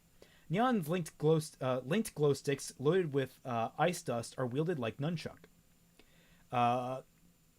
This character resulted from another long working day, one shared by Monty Patrick Rodriguez, and animator Austin Hadwick. In those days, we worked 24-hour shifts, and we all took a break around 3 a.m., recalled Rodriguez. The idea just came out, what if we had a character on roller skates, and what if she fought with glow sticks? Those conversations where we came up with these cool random characters. Not a bad idea, but you told me nothing about the character herself. Penny's team. Oh, we actually have a very clean look at her schematic. If I can just make microphone. Oh, sweet. Pull it up. Is it like the schematic from... It might be. I'm not sure. From Cinder's iPad thing, yeah. It might be. That's nice because we haven't ever gotten... Oh, that's... I think that is, yeah. That we haven't gotten a clear like version of that, I don't think, ever. Penny's team. Polly Polendina... air conditioning. Sorry. It's fine. Polendina, voiced by Taylor McNee. Penny is a self-aware android, and the RWBY crew always knew they wanted to stress her uniqueness. We thought Remnant would be capable of creating artificial humans, but we didn't always want to be guessing who's the Cylon, says Shawcross. To avoid that type of Battlestar Galactica scenario, Shawcross said, we limited that tech to Penny. Penny went through many iterations en route to her final release. At one point, she was straight up doll-like, wearing very old-school dresses, and some designs were steampunk. Why am I not seeing any of these? Why are there... There's no concept art for any of this. I want to see doll Penny. That sounds adorable. I'd love to see what kind of doll. I'm very partial towards porcelain dolls. Oh, really? Yeah. I because find them they fucking like creepy. ball jointed, like string bound. I find those things fucking creepy, man. They have like a weird beauty to them. But the idea is like I love like gothic Lolita dresses. They're adorable. Dude. And so think of Penny in gothic Lolita. How cute. Okay, first of all, no, just regular Lolita. Maybe Candy Lolita. I don't know, but I'm way into Lolita, dude. With Candy Lolita, what's the difference between the two? I've never. Candy Lolita, it's just like sweeter. There are more sweet, like pastel accessories, and there's like candy references on there. Also, like frilly pink petticoat, that type of thing. Yeah, it's a combination of aesthetics, as like every Lolita thing is. By the way, girls in petticoats. Those are the frills like under the skirt. That's what a petticoat is. Am I correct? Yes. Yeah. Love that shit. It's like a ring that goes around your hip, and then usually there's a second ring, and it's just there to like prop up your dress more, gives it more body. It looks so cute. I love petticoats. Girls in petticoats are adorable. Not that guys in petticoats can't be, but I don't typically swing that way. So I guess does swinging that way have to do anything with that? Let's see. Penny went through many iterations. Blah blah blah. She's not just a robot. She's a robot with a soul. The jerkiness of an awkward expressions are just great. Literary inspiration of Pinocchio, that's fine. One main narrative shockers is the Penny's dismantling. The act committed by, Penny Nikos who use too much magnetism against her opponent after judgment is impaired by Emerald Sestride's hallucination. Cotton purist polarizing grip, Penny is ripped apart. Okay, so they confirmed that it wasn't just the strands that ripped Penny apart. She was being magnetized by, the idea is it was a magnetic wave that Pyrrha sent out that tore her apart. Magnetism works both ways. It repels and attracts, so it could be also the wires were like magnetized that way. It repelled the rest of her apart also. Yeah. It was a heartbreaker when we had to kill Penny, admits Rodriguez. Taylor McNee was the modeler who broke Penny apart for that scene. Oh, wow. And she was also Penny's voice actress. Basically, we had her destroy herself, which was kind of poetic. Dude! That's fucking dark. I love it. I like that a lot. I mean, that was a well-animated scene, too. Like, all the shots and that, really good composition there. She was cut up in an interesting way. I did note that. I was like, it's still cute, but it's still, like... Oh, it's cute. Definitely You've been torn apart. Well, it's like, you could have gone way worse. You know what I mean? Yeah. I would have gone way worse. I would have spliced her. Cut her head. Yeah. I know. It's like you could have cut the top of her head instead of just doing the one eye thing. She's not just I would have destroyed her, basically. Her weapon is floating array, which is a bunch of flying swords. Ciel Soleil, Penny's teammate with a beret and prominent wristwatch, which she constantly consults to ensure that she and Penny follow their assigned timetable. Emotionless and disciplined, Ciel appears to be Penny's designated minder, assigned to the task of Atlas higher-ups. Team Auburn. Okay, here we go. Haven Academy. Team Auburn comes from Mistral and consists of Auburn, Atlan, Bolin, Hori... Arslan Atlan, Bolin Hori, Reese Chloris, and Nadir Shiko. Its members that face off against Team RWBY during the early rounds of the Vital Festival tournament. Arslan? Wait, didn't they have voices? I think they definitely did. Yeah, but they're not listed here, so... Arslan Atlan wears loose fitting clothing and prefers to fight barehanded. For specialty attacks, she can attach a dagger to the wrapped bandages around her wrist and make a rope dart. Her name, Arslan, is Turkish for lion. It's the reason I made her the niece of Leo Lionheart. In fiction. Again, on the Wikipedia, or on the wiki, she has a Japanese voice actor, but not an English. Bolin Hori. Bolin Hori. He's a whore. Bolin carries a staff as his primary weapon. He is nimble in combat and adept at weaving his way through enemy formations. That tells me exactly nothing about his formations, about his tactics. It's just whatever. He's cute boy. What do you want? This one was voiced by John Reisinger. Reese Chloris, notable for her green hair, because he was the one that said, "Who's got your back?" to RWBY, remember? Like, she says, "I've got your back," and he says, "Who's got yours?" And then Weiss kicks his face in. You all right? Reese Chloris, notable for her green hair and dark marks on her cheeks, Reese affects a skater aesthetic with a hooded sweater and pads on her knees and elbows. Her hoverboard lets Reese zoom from place to place and doubles as a bladed shield that can also transform into twin pistols. By injecting fire dust or ice dust, Reese can use her hoverboard to unleash burning or freezing effects. Makes sense. It's a pretty cool weapon, all things considered. Nader Shiko. Pink-haired Nader carries a submachine gun as his primary weapon. He can switch the gun into a sword for close combat. Glad that's so expounded on the character. Team Bronze, Shade Academy, comes from Vacuo. Their radically different combat style requires 3 members to engage in direct battle with the fourth, while the fourth hang back and picks off targets from cover. Bronze Knee it has purple hair as his color of choice, reflecting his eyes and his scarf. He fights with... Wait, what? Oh, sorry, I was reading this wrong. Purple is Bronze's color of choice, reflective of his eyes and his scarf. He fights with armor claws on each fist, augmented with bronze armored kneecaps for delivering up-close body wounds. His last name is 2. Roy Stallion. Roy's weapons are twin circular blades. Oh, we got. Oh, by the way, he was voiced by Blaine Gibson. Yeah. They are devastatingly close range and can be fired from distant targets. In return, Roy. So basically, he fires buzzsaws. We're getting we're getting some concept art for these guys. Actually, yeah, hold it up. Really? Hold that up. That's really strange. We're getting it for them and not anyone else. Team Juniper. And also, I should note that he looks way different. Bronze looks relatively normal, but Roy has a different haircut. He has like dreads. Where I don't know if he had dreads before. Does he have dreads? He does. It just looks different when it's modeled. Well, he looks like happier and kind of like more cherubic in his face. I think that was also a bit of maybe the bit of the art style peeking through. This is about the time where they got Aaron Wynn on staff. Yeah.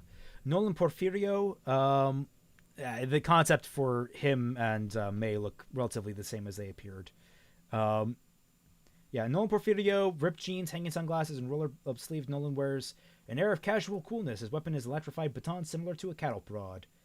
Mei Zedong, Mei's secret weapon of Team Bronze. During the initial phase of combat, she seeks out a sheltered vantage point with optimal firing angles for a sniper rifle. By peering through her weapon's telescopic sight, Mei can pick off her opponents from a distance while her teammates occupy their attention with their in-your-face interference. Mei's rifle doubles as an axe, which she can use use to climb trees. Huh. I don't really see that reflected in her weapon, but that's kind of cool. But she did get up that tree. Maybe that's like... Maybe I can hold this up. If you can look at her weapon closely... there's like the trigger guard, or the thumb guard, I should say. If I can just get this... Yeah, where my middle finger is, right there. Right under her arm is what I think is a thumb guard, like for the weapon. So maybe that's actually the axe brace. That's actually the axe blade. Possible. It's like black instead of anything else.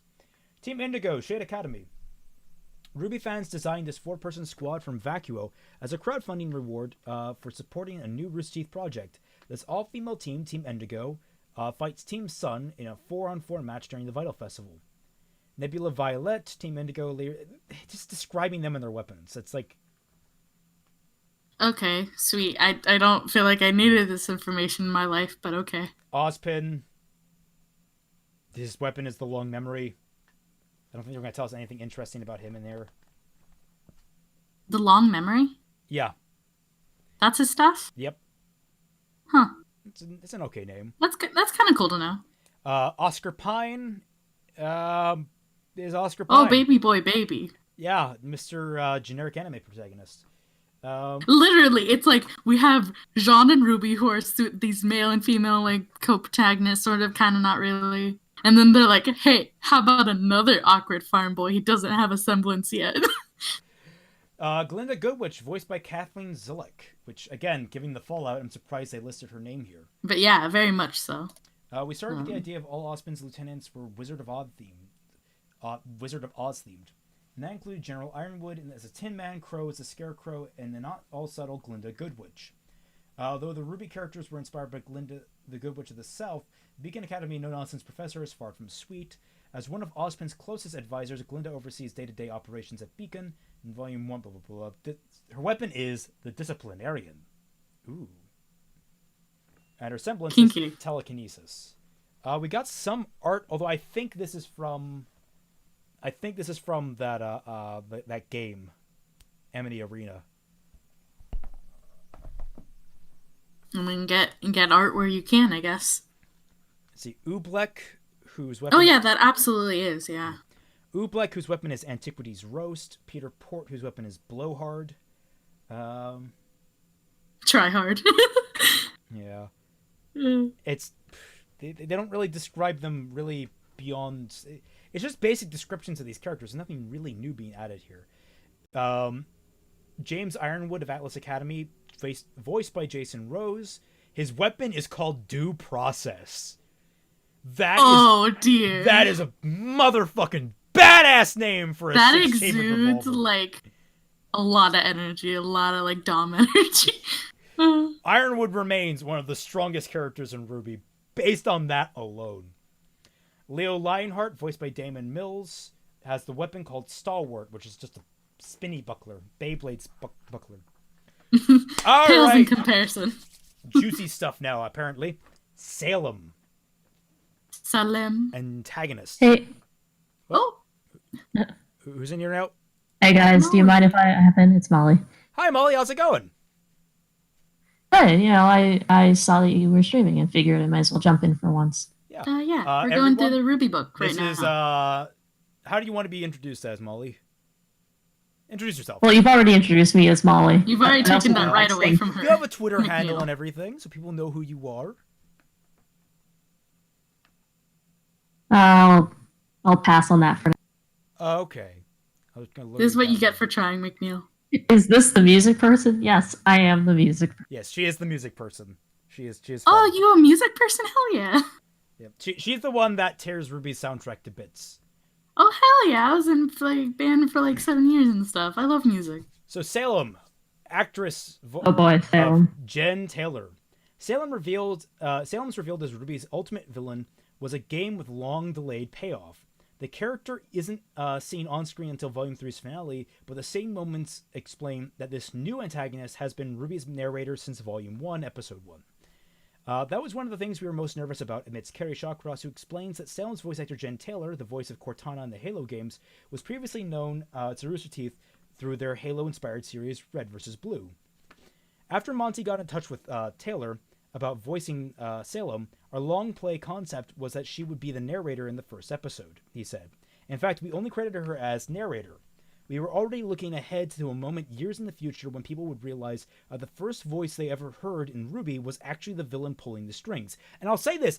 You know what?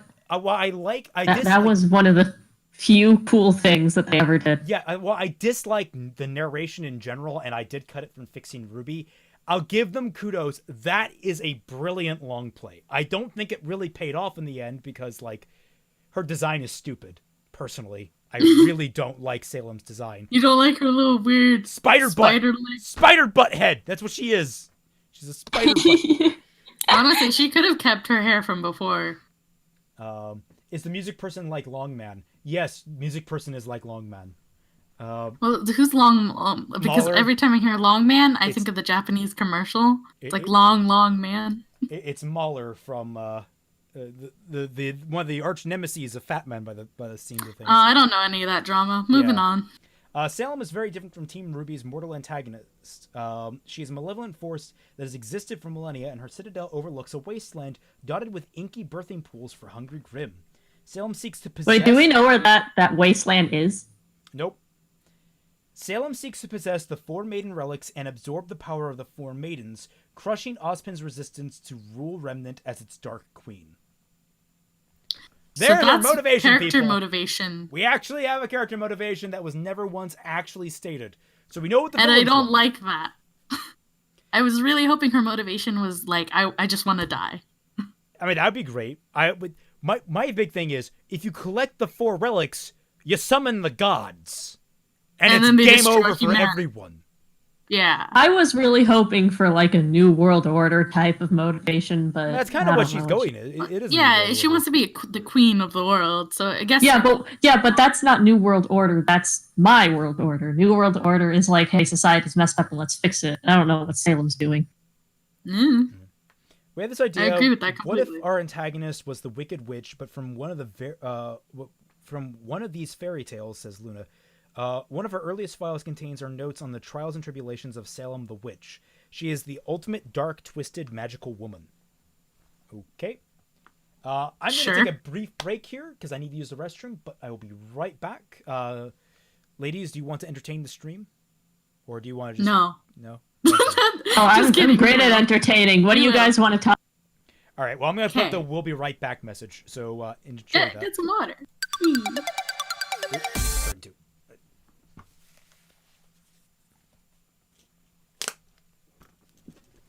Loud noise. Wait, can they still hear us? I don't know. Can they still hear us? Because you put on the waiting screen. Let me put up the volume. Oh yeah, they can still hear us, definitely.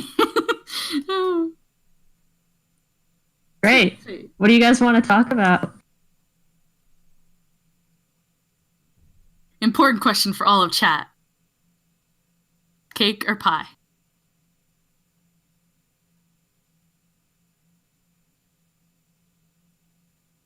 I'm waiting for an answer, chat. They're still doing Salem Discord. Yeah, okay. Now they've caught on. See, cake. I think there's a cake, delay to pie, the stream. cake. Yeah. Yeah. I like I don't cake. know. You see, I like pies that taste like cake. Really? What does that entail? So, like, very sweet pies? Like pumpkin pie. I see that. Pumpkin pie is kind of like cake-ish.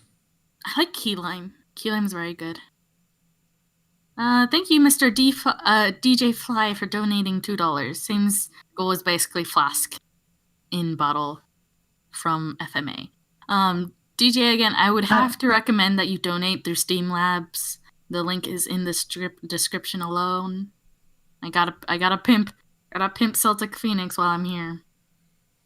He didn't give me pimping privileges.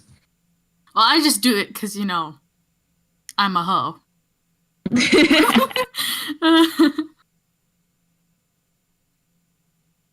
Pumpkin pie is good. Like, it's fall now and stuff. I really like squash pie. Squash pie is very sweet. What's that? Squash pie. I've never heard of that. Just like squash? Yeah, squash pie. Huh.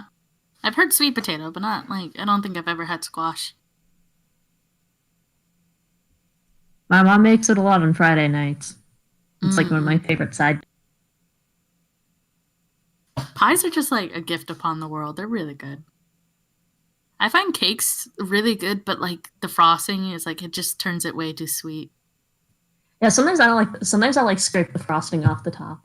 Yeah, and sometimes it's just like, I just need like mostly cake and like a dash of frosting, if that.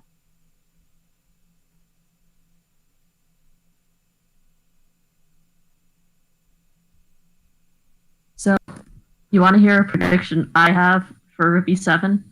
Oh yeah, hit me with this. It's the same prediction I've had for this show since literally Volume 3, and that's I'm waiting for Winter to die. Hit me with this bitch right now. I'm waiting for Winter to die. For Winter? Oh. I'm waiting for Winter to die so Weiss gets another character arc. Because she is the thing that keeps me going. Can she die? Yes, she can die. She's the mentor figure. Hello, I'm back. Also, if she dies, like, then it's like, can you also, like, retroactively infer a Crow-Winter relationship? If you want to, but it just seems what's like important... on the cake. Did you guys read out this last super chat? Rip Winter just in case. Rip Winter just in case. Did you guys read out... I have had... Guys. I have had this like burial plot for Winter here. I read out the last donation, yeah. 2015. Yeah, I told him he should also just Streamlab. So let's see. Salem's Goal is basically a flask and a bottle from FMA. And then there's Nightmare, the one on Streamlabs. Did you read that one out? I did not. Okay. New World Order means changing in government control, so taking over the world is New World Order. I mean, kinda. I can see the fine distinction. I can see the fine distinction between the two. Yeah, I see. Yeah. It's like connotation versus like denotation or whatever. New World Order is more like you have to change you change the populace to make a new order, as opposed to you the other way. Yeah, the other way around, where you just rule with an iron fist. So Salem's Inner Circle. All right, so Cinderfall. I'm gonna get water. Okay, have fun. Cinderfall, actor Jessica Nigri. Cinder is inspired by Cinderella, explains Luna, but our iteration is driven by our desire. I like how the villain is voiced by a terrible human being. Is Jessica Nigri terrible? She's had a bad history. Something that comes to mind is intentionally cropping signatures off of photos, like intentionally cropping off. You cut out there. What? She's intentionally cut off watermarks. Ah, I see. I can. There's no way I can spin that to be positive, or at least neutral. That is pretty shitty. I used to do that in older videos. Now I just try and find videos that don't have watermarks, or like have it like out of the way, so that it's not like what I hate are like the images that I use in videos that have like watermarks over the image, instead of just leave a signature in the corner and I can credit you easily. I can just put it in there and leave it there. Cinder is inspired by Cinderella, blah blah blah. Skilled at combat and infiltration, Cinder augmented her ability even further when she absorbed the portion of the Fall Maiden power from Amber, the previous host.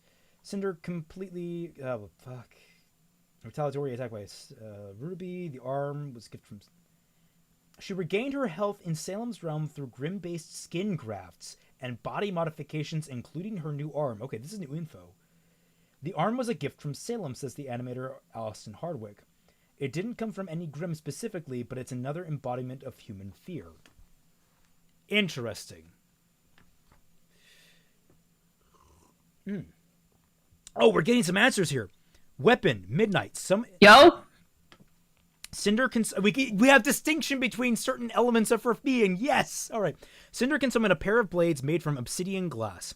If she combines them end to end, they become a bow that Cinder can supply with a seemingly endless supply of regular and explosive tipped arrows. Holy shit.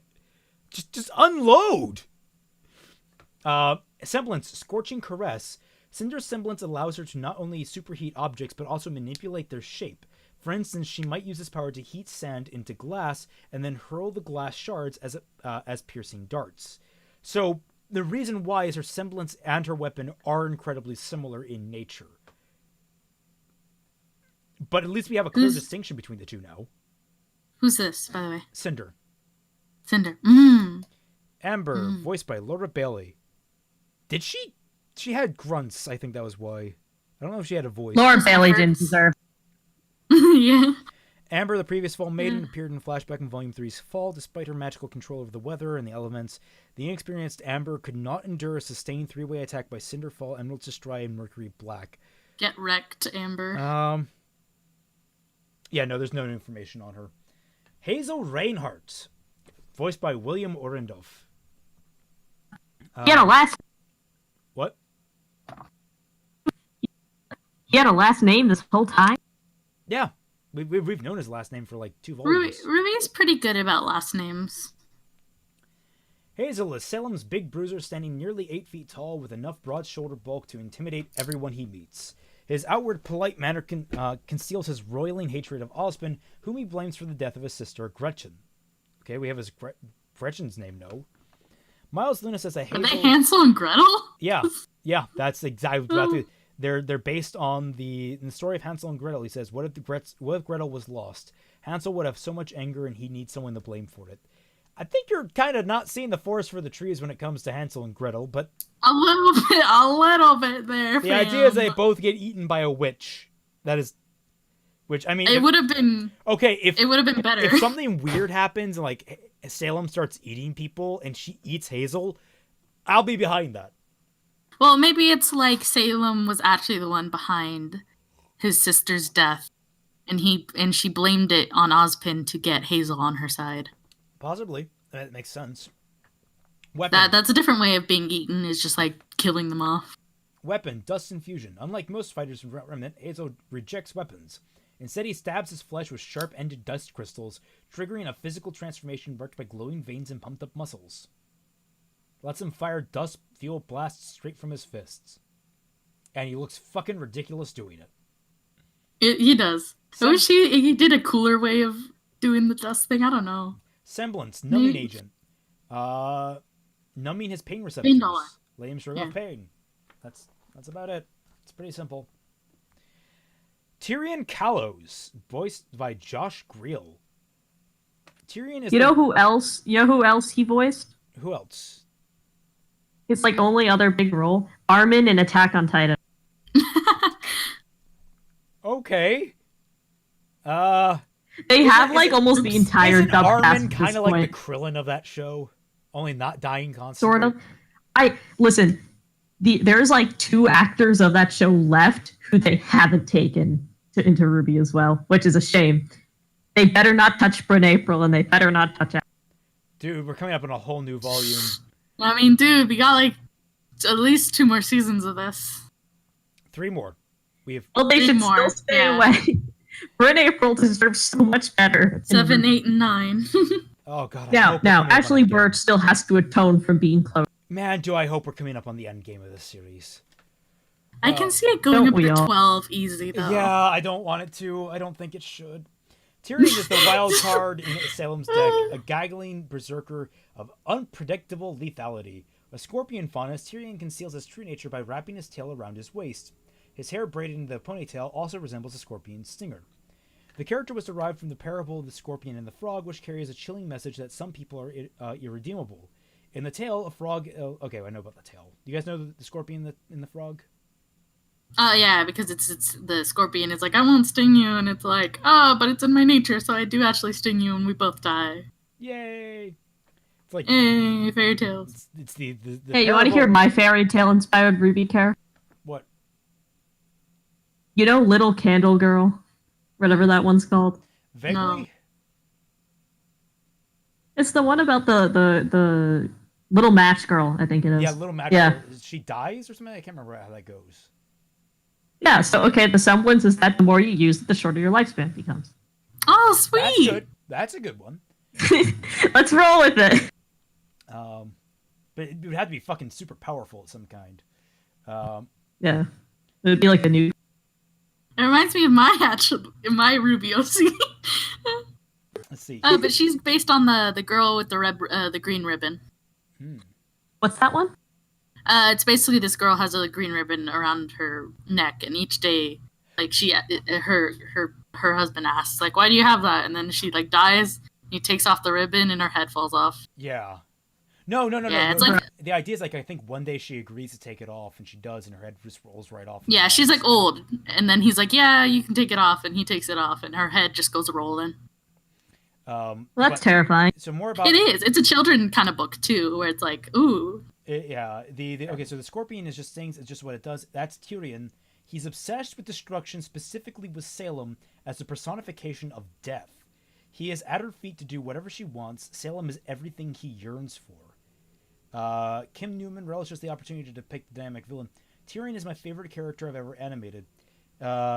In his personality, with how big his facial expressions are, and with how his braided ponytail, it's so much fun to animate like a big scorpion braid trailing behind him. Weapons called the Queen's Servants. Interesting. They're like little... From that, I feel like he's really into Salem. Well, yeah, he's like worshipping her as a god, basically. And special ability. Oh, it's not a semblance, it's a special ability, the Scorpion Stinger. Did he get that implanted on him or something? I don't know. Dr. Arthur Watts, voiced by Christopher Sabat. Another irredeemable character, voiced by an irredeemable person. What did he do again? Casting couch. What does that mean? You've never heard of the casting couch? No. Say you are a lovely young woman going up for a professional performance role, and the director is there, and there's a couch in the room, and he asks you to sit on it. You're cutting out, Molly. I can't hear you. Okay. Yeah. No, you should get the implication from that, right? Oh, yeah. Okay, yeah. So, that's what Christopher Sabat allegedly has done. Now, admittedly, those are unconfirmed rumors, but when I do my Vic Mignogna video, that'll probably get mentioned. There's a lot. I have a friend who brings up Vic Mignogna like every week without fail. Like even though the controversy is kind of buried, it is, and he'll just be like, this reminds me of Vic Big Mac, and I'm like, wow, you're so funny. This is only the 50th time you've made the. Oh man, you have the biggest dick. Like, damn. I've been following it. I've been following it very closely, but like I try not to bring it up super often because I'm just fascinated from a legal standpoint. Because I have my own convictions about things, but we'll like I said, that's for a different time. It's for the video to come. That's just going to be allegedly RWBY. Allegedly. So, let's see. The apparent brains of Salem's cadre, Watts wears a tailored suit in the aura of an intellectual. Before signing up with Salem, Watts served as the Kingdom of Atlas as an elite scientist. He prefers negotiation over fighting, with his restraints on display in his meeting with Raven Bramman concerning the Spring Maiden. Watts' intellectual gifts should come as no surprise in light of his literary forefather. Watts was inspired by Dr. Watson from Sherlock Holmes, but this Watson who never connected with Sherlock, perhaps with Moriarty instead, someone who taught him how to use his intellect for the wrong things. That's an interesting way to take the character. Yeah, it's a shame we haven't seen more of him, but I'm assuming they'll be amended in Volume 7. And here we You think go. he'll even be in Volume 7 at this point? Like, they could just forget about him. They could totally just not have him in there. But I'm hoping, since they've talked about him so much and stuff, that they're going to bring him around. Oh, yeah. Roman Torchwick, voiced by Gray Haddock. Monty had an idea for what... I mean, this isn't really going to have much more. I like Roman. He's badass. Weapon is called Melodic Cudgel. What? Melodic Cudgel.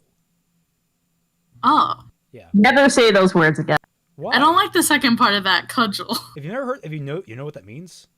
No. It's a blunt instrument used for beating things.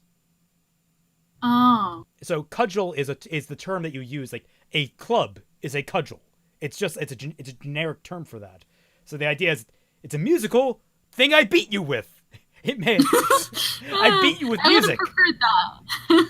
So Molly should love this that. This is my music stick. Yeah. What you say? I'm gonna whack you What you with say? it. You should love it. It's a music stick. It's a music Ooh. stick. I'm gonna whack you with it. Melodic cudgel. I could just beat you with the conductor's baton. Yeah. Oh my god, it's a conductor. Actually, you know what? I could just throw my various collection of drumsticks that I will. Oh hell yeah! throughout my life. Like throwing knives, you throw it like that. Oof. Oh, okay. I just got an electric drum kit. It is my 1, 2, 3, 4, 5. My 5th instrument in this room, not counting my harmonica. Sasui says makes a really nice sound when I beat you up with it. Hell it's yeah! like the Minecraft block where it goes up a note every time you hit it. Let's see, Neapolitan. So it's like in Super Mario World, every time you like hit a different thing in a sequence, it just goes up. Yeah, it goes up a pitch. Okay, all right, interesting. So Neapolitan.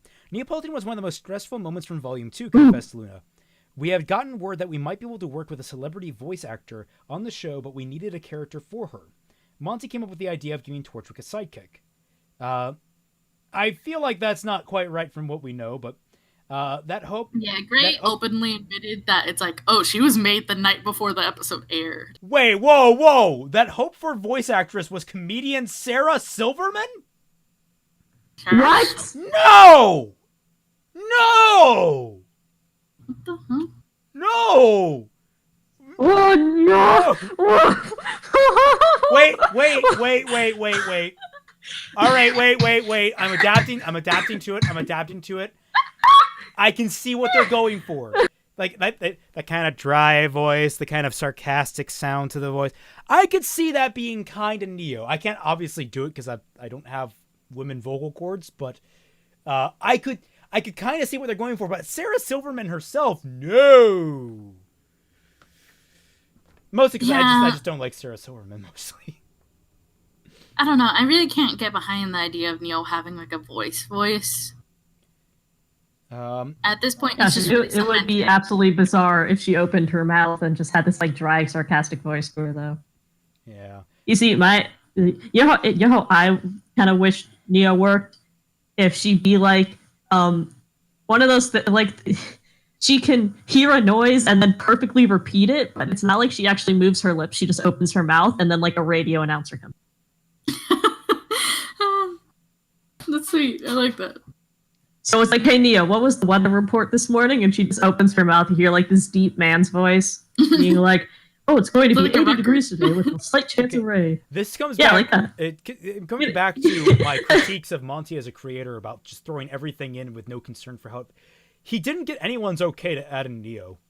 I'm reading this right now, and basically he describes that one night he worked all through the night, created Neo, and then literally threw her in at the end of the mech fight without telling anyone. Well, he needed a way for Roman to escape and stuff. Well, yeah, that was born out of laziness, but at the same time... Well, also, he was inspired by his friend's, cosplay of a gender bent. Oh, yeah, that was in there, too. That was why he created... So basically, what I'm getting from the timeline of events here is they had a voice... They had Sarah Silverman on tap, possibly. So they're like, okay, we need a character for her. So he took that inspiration from the cosplay that his friend did and made Neo. But then they didn't get Sarah Silverman, so they weren't going to use Neo. But then at the end of the fight, he was like, fuck it, I don't want to animate them getting on the plane. So he threw Neo in there to help Roman get away. But he did that without anyone's approval. So they're like, shit, well, we don't have a voice actor for her. And they're like, well, what if we made that her shtick, that she didn't have a voice actress? Cool. I love in the long term, thing. It worked in the long term, but that's not the way to go. Yeah, that is a rare case. Because when you think about it, it ultimately didn't really work that well in the long term. But getting there, it did. She's a good character. She's one of the few. It did not get babies. Worse. It did not get worse as it went on. So they were very lucky with Neo in the fact that they just made a character and threw her in there. I like her weapon's name. It's called Hush. Called what? You cut out for me. It's called Hush. H-U-S-H. Oh, wait, guys! Idea. That scene from Lilo and Stitch where she puts Stitch's finger on the record and then opens his mouth. That's what I was thinking earlier. That's what I meant. I was thinking of when I said record. That'd be adorable. Oh, it's just like that. All right, Semblance, overactive imagination. Neopolitan can generate physical illusions that trick everyone in viewing range, and which shatter into fragments when dispelled. Her semblance is especially useful for disguise, with Neo assuming cover identities, including a Vital Festival contestant and an emergency paramedic. Monty recalled the practical origins of Neo's semblance when animating her first appearance. I needed them to exit the scene. They could get on the ship and get away, but I was like, that's hard to animate. Instead, let's have them shatter into glass. That's simple, and it became her illusory ability. Which is better than Emerald and all her jazz. Everything about Neo was a happy act. It really was. Basically, Neo is except her theme. The one thing that they deliberately planned for. Okay, every time they deliberately planned for something with Neo, it went wrong. Her new outfit, her theme song, it's just that's just how it happened. Her new outfit looks like she's going to walk the corners. Emerald Zwei, voiced by Katie Newville. Monty told us he wanted 2 disciples to follow Cinder around. It came out as having Cinder infiltrate the school. Cinder is young, but if we paired her up with a couple of student-aged characters, who knew they didn't have a chance to become great rivals for our main characters? Emerald Zwei. Is she really young, though? I don't believe it. I think she's young. Emerald is. Oh, you mean Cinder? Or I was thinking Cinder. Yeah, I have no idea how old Cinder is. They didn't talk about Cinder. I think once Monty did mention that Cinder's Asian genes and all that, implying that she's older but she looks younger. Cinder, she is fiercely devoted to her patron. That is the only detail we actually have on her character in this. Thank you. That sucks. Her weapon is Thief's Respite. Wait, who is this? Emerald. What I'm really looking for here is more information on characters. They keep teasing that, they keep implying that she's head over she'll be something, but she'll be redeemed. They've been implying this for 4 years. Honestly, I would have much more liked Mercury to be redeemed. Yeah. Thief's Respite. That would be fun to see. Her semblance is hallucination. Mercury is also just fun a character, I think. Mercury Black, voiced by J.J. Callisto in Volume 2 and Yuri Lowenthal Volume 3 onward. See, that's good. They kept both of the voice actors on there. Yeah, it's almost like you can do that, Rooster Teeth. Yeah, even though JJ purposely left because of the whole Monty thing. Yeah. Rooster Teeth. Yeah, he didn't want to be in a project anymore because, it was Monty's baby and he was dead. They actively slated him for a convention appearance without telling him. Amazing. Yeah. That kind of sucked, yeah. Based on the Roman messenger god Mercury, who was also possessed enhanced boots, Mercury Black grew up in a remote region of Remnant with his father, Marcus Black, a notorious-for-hire assassin. When Mercury came of age, he killed his father in one-on-one combat, impressing Cinderfall enough to bring the boy aboard as part of her crew. Because Mercury fights with kickboxing breakdancing style, it didn't make sense aesthetically for him to be a 600-pound dude, says Patrick Rodriguez. Instead, we designed him to be a skinny guy with slicked-back look. How do I get hired on as a pay-for-hire assassin? How does one do that? No, just asking for a friend, of course. Concern. Weapon, Talaria. Mercury's legs are mechanical prosthetics allowed below the knee and end in a bullet-firing boot. To use his weapon to the fullest extent, Mercury employs an expressive combat style reflective of breakdancing and Brazilian capoeira. The boots are sometimes loaded with explosive rounds, and Mercury can harness the recoil of his guns to propel himself through the air. I like how they didn't mention anything about how his semblance was taken away. I really would have liked some more on that. Yeah, it'd be kind of funny if they had like a semblance listing, and they're just like, semblance, none, because they got fucking stolen. Holy shit. It's like, what could have been? What? It's who's his dad that he's able to take semblances away? The White Fang. Oh, here we go, boy. Ooh, I can't wait for this to be horrible. Yeah, I'm gonna skim this quickly. Let's see. You know what this is going to be like in the RWBY fandom. So this is gonna be the thing where everybody shows off the fact that they have 7th grade reading skills, and they're like, "Well, look at this word in a sentence," and I looked at the dictionary definition of this word. So that means I saw someone do that for like Yang, and they're like, "See, they used the word erstwhile," and I looked up in the dictionary what erstwhile meant, and I'm like, "Why are you digging yourself into this hole?" I am so ashamed. I skipped the first sentence of the first paragraph because I'm like, "Oh, this is boring." Get this! This is the first sentence of the first paragraph. The most nuanced faction of RWBY antagonists. Remember when they used to be nuanced, and then they were like, terrorism bad? Oh my god, fucking kill me. Oh, and it gets worse. The contradictions keep on coming. This is Pete. They gained their champion. When the more idealistic members of the White Fang failed to win concessions from the Huntsmen, from the humans, radicals pushed a more aggressive stance.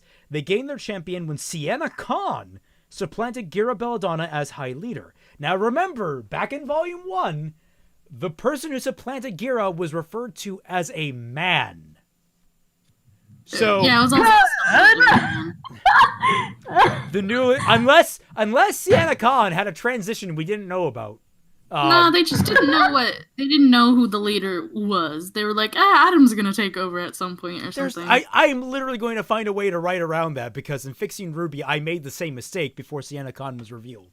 I have a plan for that. There's ways to do it. What's your bright idea, genius? What do you mean, what's my bright idea? You have one come before the other. You have a male you have the male guy take power, and then you have Sienna take power from him. Yeah, but now we have the fact that she came directly after Gira. Well, no, I can fix. It's still something I can fix in the fixing RWBY.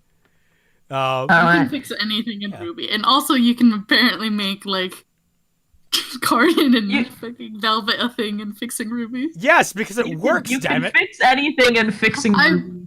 I see what you're going for, but it's also like you're a hard shipper, dude.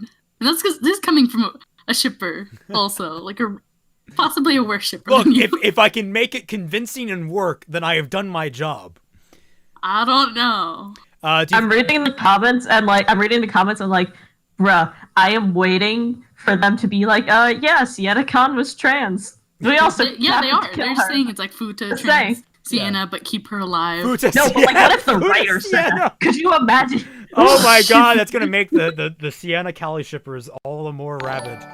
All right, so we have 2 donations coming in from Soul Mesor, $2. Do you think there's a difference between what my ideas Miles and Carrie have in their final draft, or something close to the final draft, versus what they actually show? Example, Blake is the most mature character of RWBY. Yes, there will always, with any writer, there's always going to be differences between the final draft of notes and the final draft of the story. No matter what, you cannot 100% predict how a story is going to go from the get-go. Also, I would say there's something to be said about a writer's perception of a character and then the actual execution of said character. Yes. Nightmare X123 donated $3 asking, people forget that Watson from Sherlock Holmes is ex-military. I also feel that RWBY, yeah, they do forget that often, don't they? I also feel like RWBY, if you came from Atlas, you were pretty much in the military, true, probably. You were military. Also, I feel RWBY don't bother to world build. They just have ideas. The ideas live and die as needed. Also, didn't Blake's dad used to be a leader of the White Fang, then step down? Yes, I believe they mentioned that he stepped down, not got supplanted. So it's like... Yeah, they've contradicted themselves there. They've contradicted themselves multiple times with this. Yeah, it's like, was it hostile takeover? Did he just was old and he was like, I don't want to do this anymore. You take over, Sienna. Agents of Salem came into the White Fang and basically blah blah blah blah. He doesn't care. Adam Torres, voiced by Garrett Hunter. At the start of RWBY, Adam Torres commands White Fang operatives. Adam and Blake Belladonna once shared a romantic bond, confirmed, until his cruelty drove her away. Yet the same take-no-prisoner attitude won Adam a cult-like following within the White Fang, and ultimately he usurped Sienna Khan as High Leader. He had to have been high to do that, because he was a fucking idiot. We called Blake Beauty and the Beast, but when you take a step back, you start to wonder if Adam is really the Beast in their relationship. No! Maybe the Beast was the bad writing all along. Then the further back you go, you start to see Adam as Gaston, as the cursed rose. Really, Adam is just a blight on the lives of our heroes, says Miles Luna. Wait, he's Gaston and the cursed rose? Yep. That's 2 different things. I guess Gaston as to Belle, as the rose is to Beast. I don't know. I'm not seeing the writing, so maybe it's a little more evident there. I don't agree with this interpretation. He's definitely not Gaston. He's not charming in the... Well, I guess maybe in the sense that he's charming and he sways like the White Fang to support him, but I wouldn't... He is full of himself, that's for sure.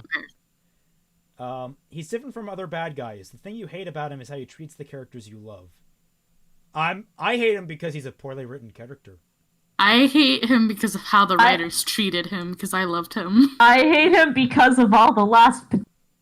Honestly, same. Yeah. Honestly. You had so much potential to, like, enrich Blake's and Adam's relationship and, like, the White Fang, and it's like, oh no, he's creepy. Adam's sword is Wilt and is sheathed in a scabbard named Blush.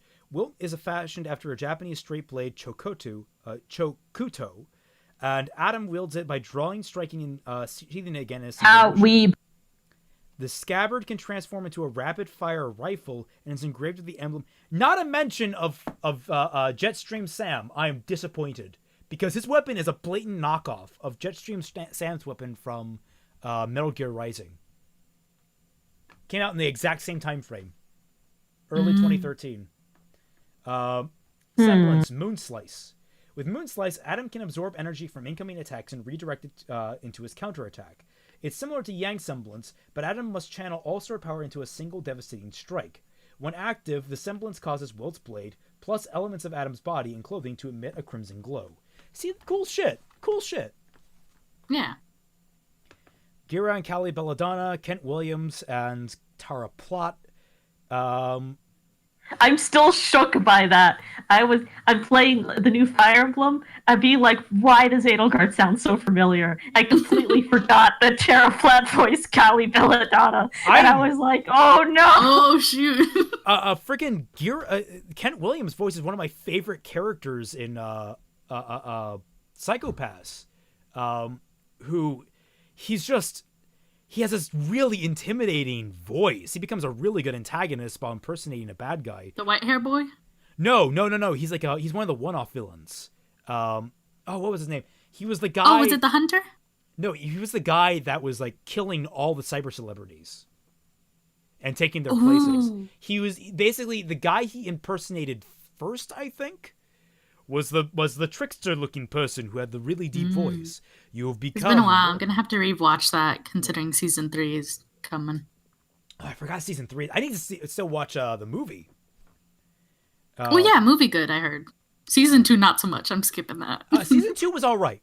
Don't let people hate it. Like there are some things in there also, that I heard it was like, pretty.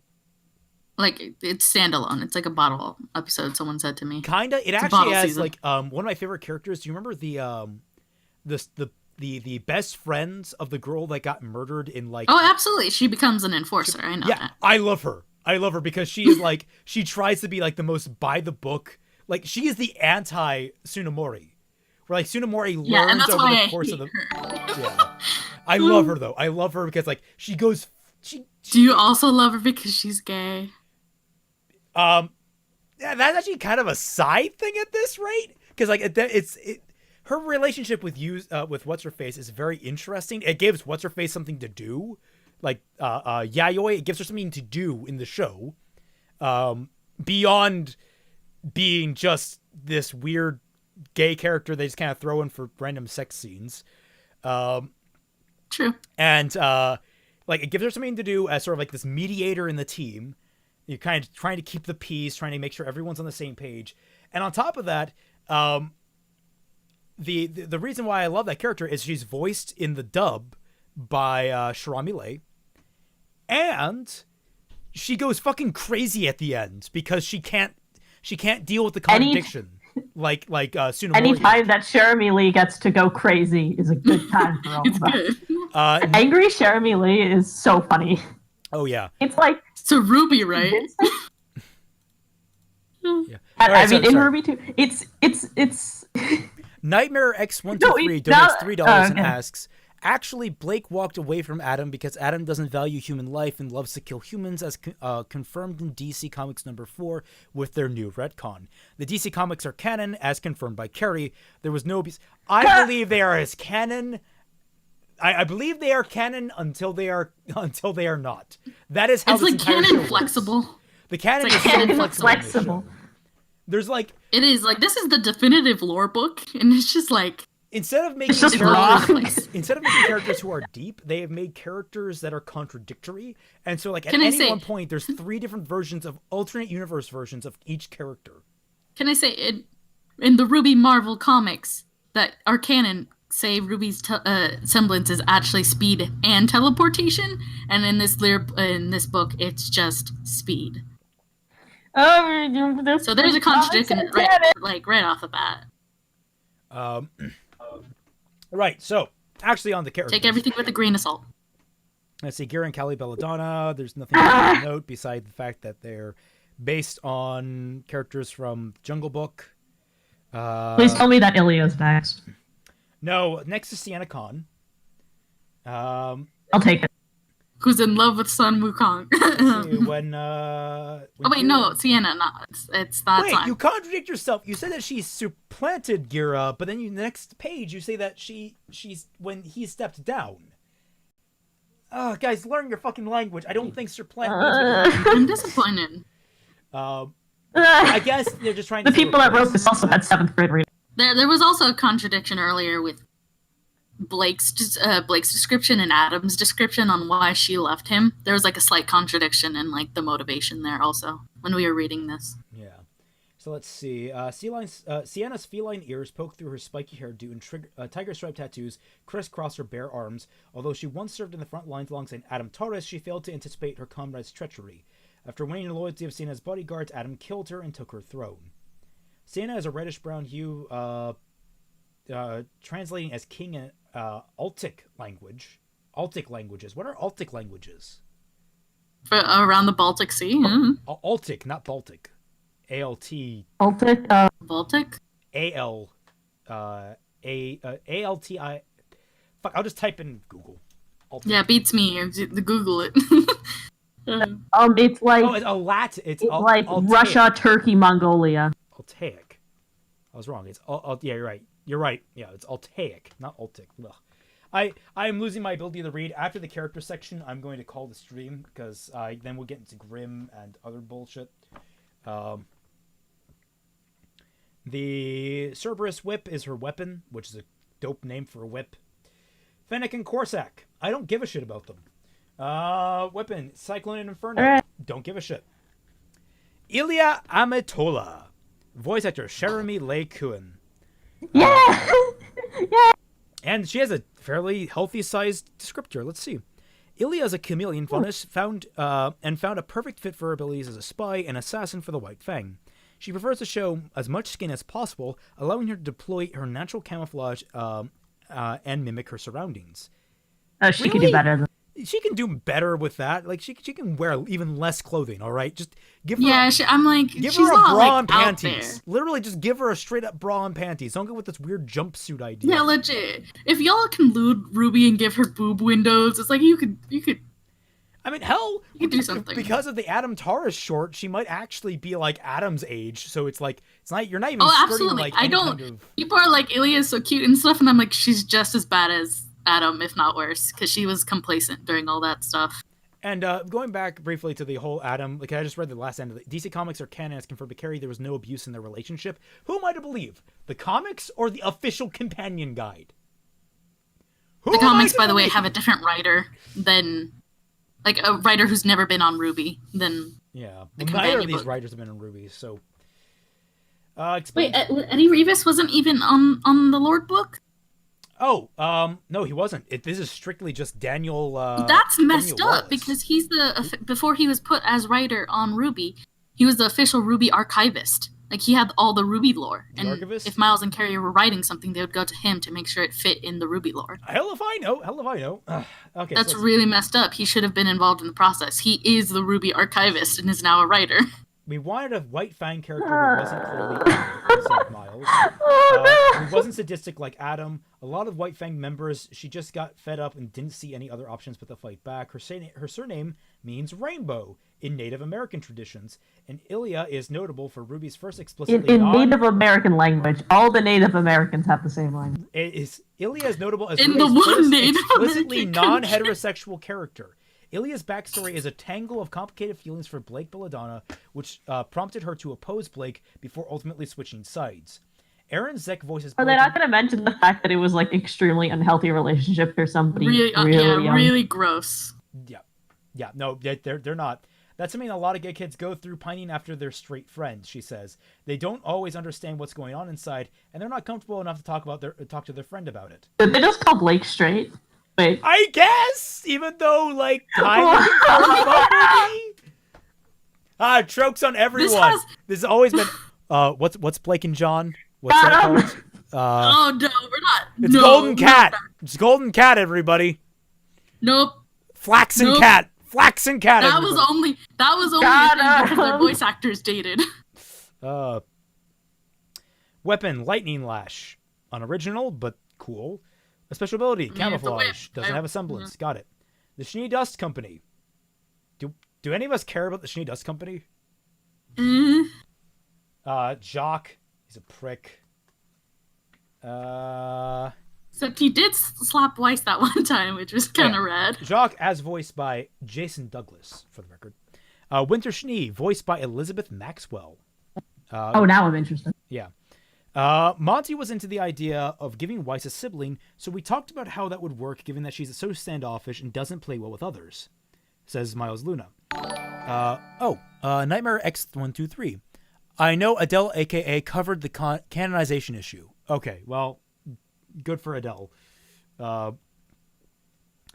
We figured Winter took the brunt of the heat from her parents when they all lived under the same roof, but after Weiss witnessed her older sister join the military in defiance of her dad's wishes, Winter inspired Weiss to strike out on her own. Winter enlisted in the Atlas Armed Forces under General Ironwood, blah, blah. Wait. What? I think Fat Man pointed this out once. So, Atlas's academy is very closely tied to the military. Yeah? Yes. Yeah. And where did Weiss's dad want her to go? Atlas, right? which would lead her to being in the military. I know that's actually why.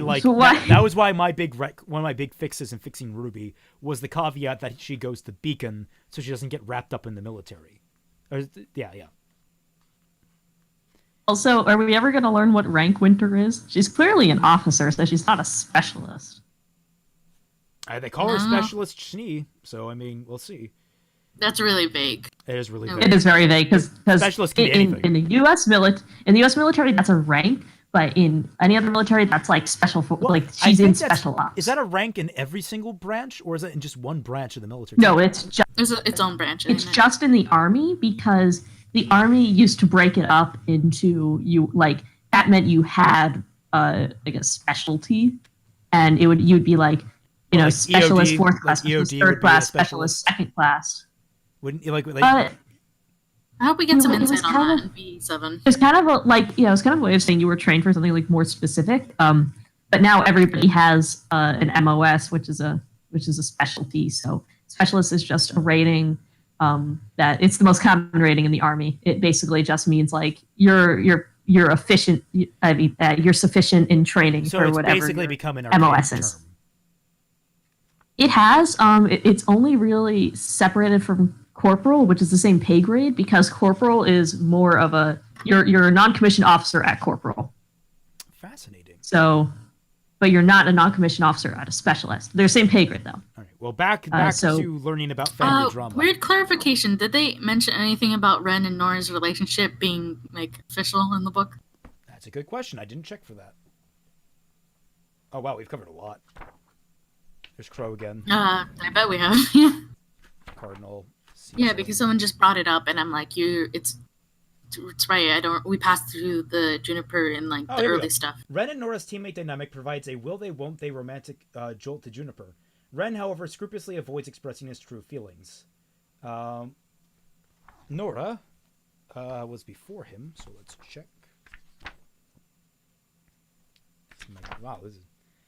I'm glad they at least said romantic. Provides the briefest descriptions of Nora and Lied Ren, listing the respective as powerful woman and honorable warrior, according to Miles Luna.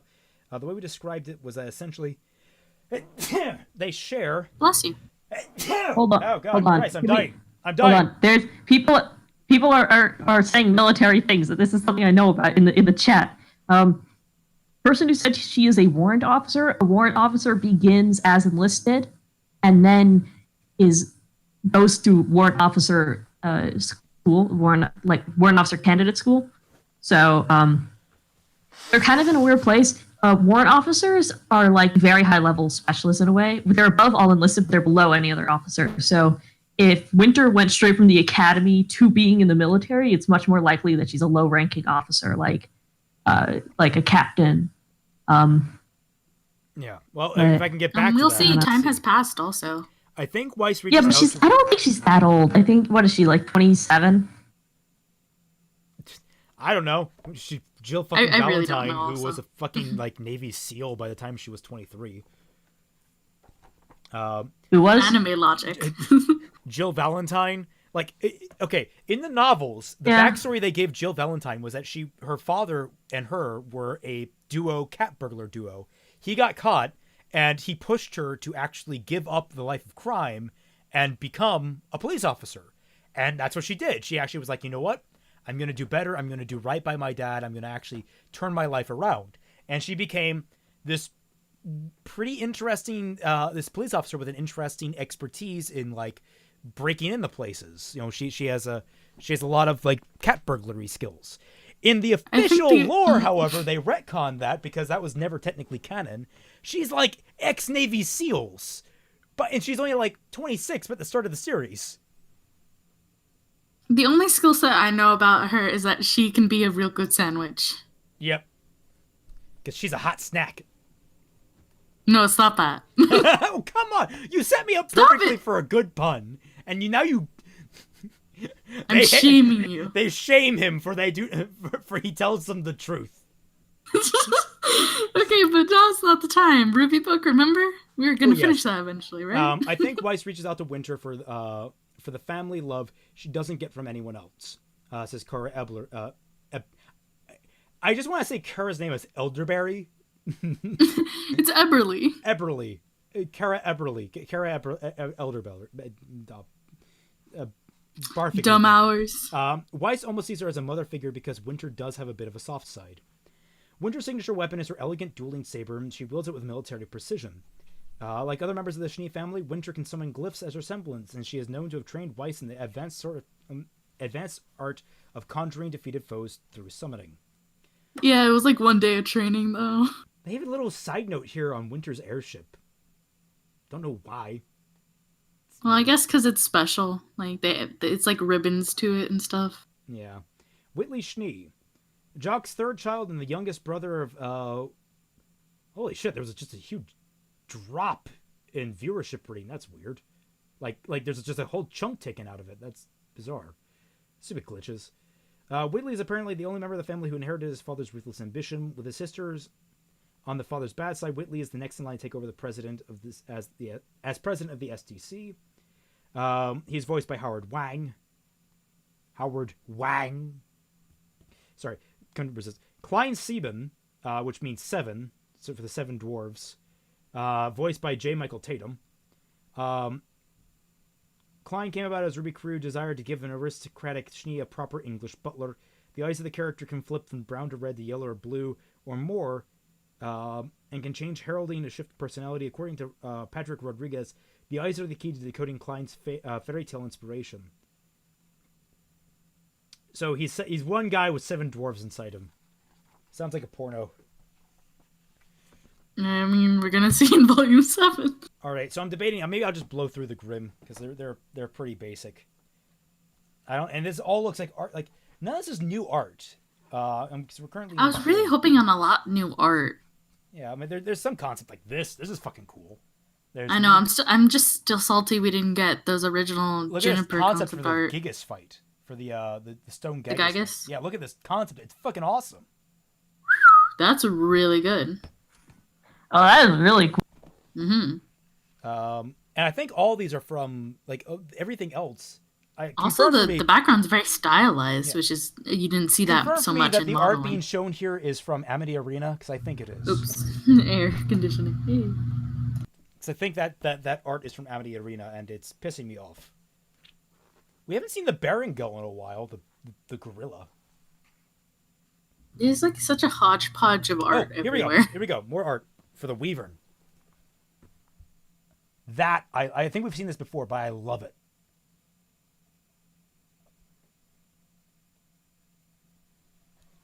Ooh, I teeth love that go all the way down. I love monsters with a split lip design.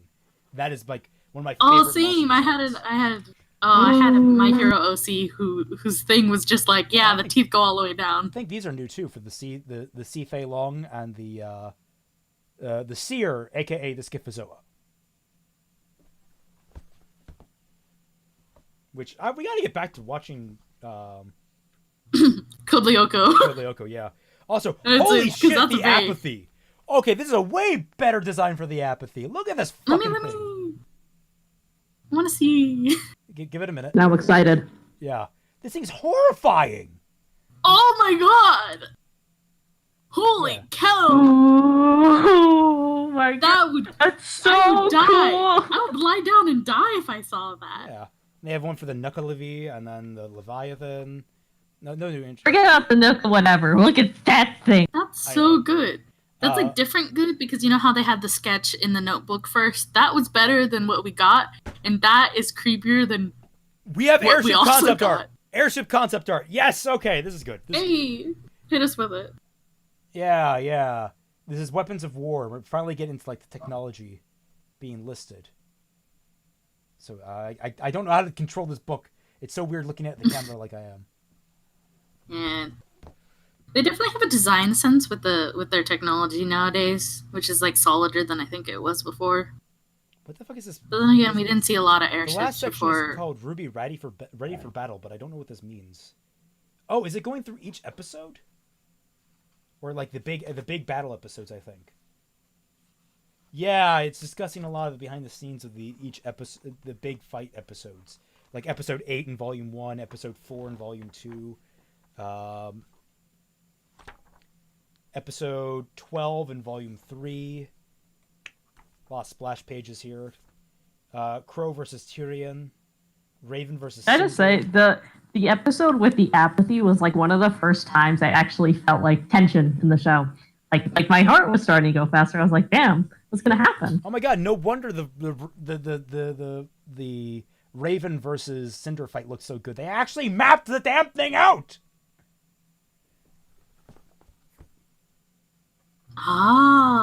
There's also there was effort put in there. Yeah, Now was that so hard? Yes, it was a shame. It was a shame that it just turned out to be two giant swords just clinking. Yeah, look at all this concept art. Look at all this shit. This is where all the concept art went. Fuck. Part 5 expanding. Oh yeah, that's like that's not concept art. That's storyboards. That's what I meant. Thank you. I got a lovely dedication to all the fans, all the fandoms, all the lovely images. Doing great there. Especially What's-Her-Face, who has seemed to, like, she's just become the face of being the real-life RWBY, even though, I don't know, something about her it always seemed off when it comes to portraying RWBY. I don't know what. Who? You see her in the top right corner of this page where I'm pointing to. Okay, so like top left on the stream. Maybe, I pointed to it, I hold it back up. But she's the girl Oh yeah, like, her. Yeah, that's not quite RWBY. Yeah, everyone she's become like very the good go-to cosplay RWBY though. cosplayer. She has a great cosplay. No, but like she's like to come to like if you were to do a live action RWBY, I don't know if I'd cast her. That's the big thing I think about when I think about cosplay. I think it's always. I about think being of casted. RWBY. I think of RWBY as having like a very round face. Yeah. How would you describe that face? I'd say that's more Blake-like. Yeah. Maybe I think Yeah. because she looks like Blake's voice actor, maybe. Let's see. There's New Stories Amadeus, RWBY young adult novels, the RWBY manga, RWBY Grim Eclipse, RWBY Amity Arena, RWBY Combat Ready. Which I don't know if you guys. Anything interesting about the RWBY manga? Let me see. It looks good.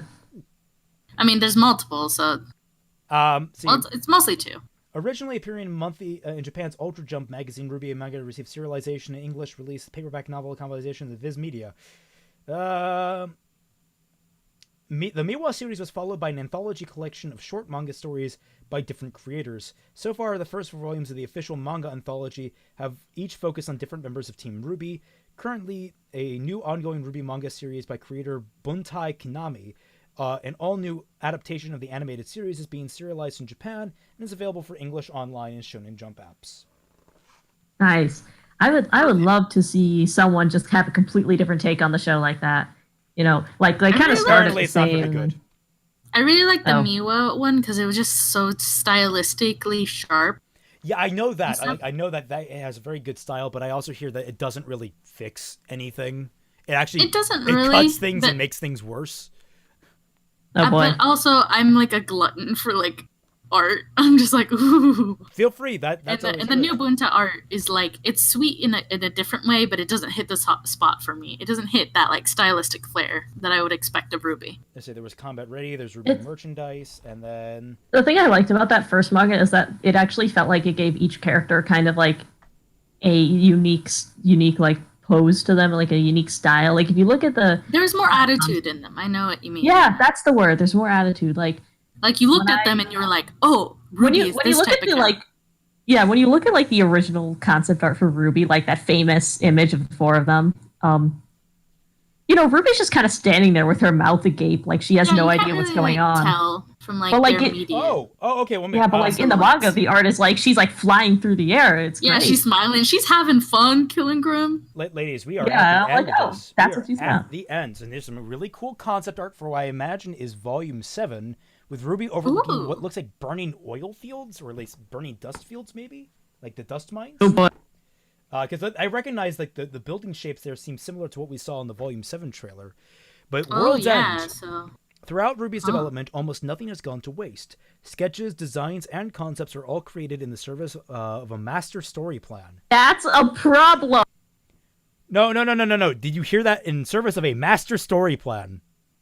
What plan? Listen, if this is going to pull an Attack on Titan and just get really good all of a sudden, like go for it, but you're too late at this point. Yeah, Concern. Attack on Titan had what, 2 seasons under their belt? 1.5? It's not even that, because like the second 1.5, and then it really picked itself up. Yeah, so but even then the manga was already kind of in the process of doing that, way before. So when you get down to it, though, RWBY has been 7 years long, and yeah. So okay, so one of which will inevitably bring about an end to the RWBY saga, as in relation to the story plan. We have a roadmap for the entire show, says Shawcross. Volume 1 is where it starts, and there's a volume in the future where it ends. Every year we look at that to decide how far we're going to get this year. The plan provides world-building consistence and storytelling structure, but it also applies to constant pressure. Oh my god. Constant pressure to apply... What? All right, we'll analyze that sentence in just a minute here, but it also applies constant pressure to the gas pedal. Every new episode will bring RWBY, Weiss, Blake, and Yang, and the rest of RWBY's cast ever closer to the final accounting of their fates. We want to make sure we're telling a complete story with RWBY, says Burns, and a complete story has an end. All right, 1, you guys have not ended Red vs. Blue. It is still on fucking life support after 15 seasons. Oh, yeah, it's really 17. It's like hard to 17 watch. seasons. So, Bernie, your words mean nothing to me in this circumstance. 2, the plan provides world-building consistency and storytelling structure. No, it doesn't! What the hell? If that was true, we wouldn't be in this mess. If it wasn't true, I would be out of a job. All right, let's end this on a more positive note. We get the cute little pre-looks at all the concept art for the new outfits. Yay! Oh yeah, the breakdowns. Yay! Like the outfit. Which you can find. Yo, what if scans of Kingdom those Hearts, online. but so... No, yeah, for cosplayers out there and stuff, it's like, hey. What if Kingdom Hearts, but less practical? It's a shame they weren't. What if Kingdom Hearts? Perfectly. Oh What shit. if Kingdom Hearts, but nothing about why I like any of them? Oh, you know how I they had really cool art for all 4 girls in the very beginning? I'm trying to find it. Yeah, they had like these splash pages for all 4 girls. I think I've seen these before. I also thought they were familiar. But they have one for Team Juniper too, in the back. Oh, that is cool. That's sweet. It's like something. It kind of reminds me of the world of Remnant and how chunky they were and block colory. It reminds me of those simpler times. I like the use of negative space. I like using very clean negative space is always good in my book. I feel like we've also seen these. I hadn't. So they're new for me. I feel like I've seen Pyrrha's and Lyran's, but who knows? So let's autopsy this. DVD. They're from the Volume 2 DVD menus. Oh, really? Okay. So that makes sense. That's why they're familiar. Because I totally have a legal copy of Volume 2. I didn't just download every single episode from the YouTube, you know. So autopsy of this. This is not a very good companion guide. It's not very extensive. This tells you nothing really new about the universe that couldn't have been shown that hasn't already been shown in the show, aside from the motivation of the main antagonist. What even? There are very minor clarifications on like names of stuff. It called Blake straight. I'm not going to get over that. Yeah, they highly implied that she's straight. God. She's that straight friend that you fall for. I mean, let's be fair. We all know that it was in the context of a quote of like, gay kids fall in love with their straight friend who isn't in love with them. And for all we know, Blake is bi and just didn't realize it until Yang or whatever. I don't know. Actual RWBY writers. Well, but yes, I find that relatively amusing myself. But yeah, this is nice production value in this book. Not a lot of interest. I was hoping for way more concept art. I would love to say I was way really more disappointed. Is it just a big nothing burger? It's a big nothing burger. It's like very basic. It is a big nothing burger. Oh no! I would not buy this book. That's what I've been I was saying. thinking of buying it, depending on how like art rich it was, but it's really like letting me down. Allow my inner anger to bleed through a little bit at the insistence that we need a companion book for a series that I could probably watch in the better span of a day. You don't need this. Don't. It's like World of Remnant again. This is empty fluff, and you're welcome for the fact that I took the hit for you.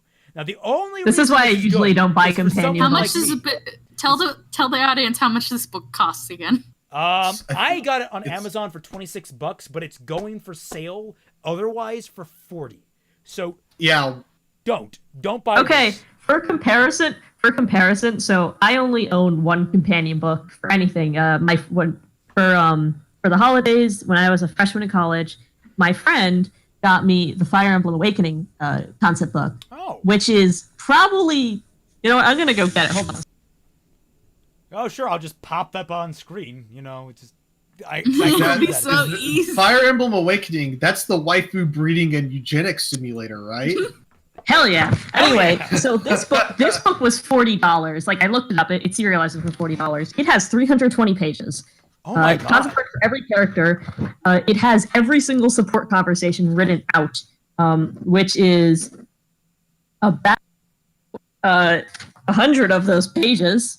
Jesus Christ. That's like fucking Japan for you. It's like, here's all the details. Yeah, like we didn't get anything new tidbits. Like I was hoping for at least like some new small character tidbits. Like I know we already know that Ruby's favorite treat, I believe, is strawberries. I believe.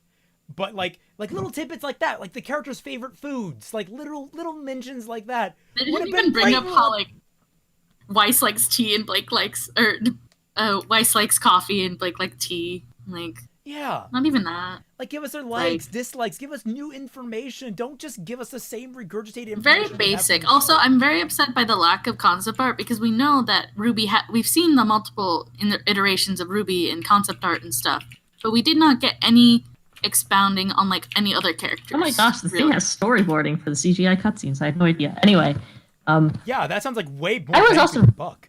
Buy that. I don't even care if you don't like Fire Emblem. Buy that companion. But buy like other lore books that are not this. I can't wait for the Three Houses companion book. It's gonna be wild. They're gonna be like, sometimes we had no idea what we were doing and we just went with it. I'm going to start wrapping up the stream here. I want to thank everyone so much for watching.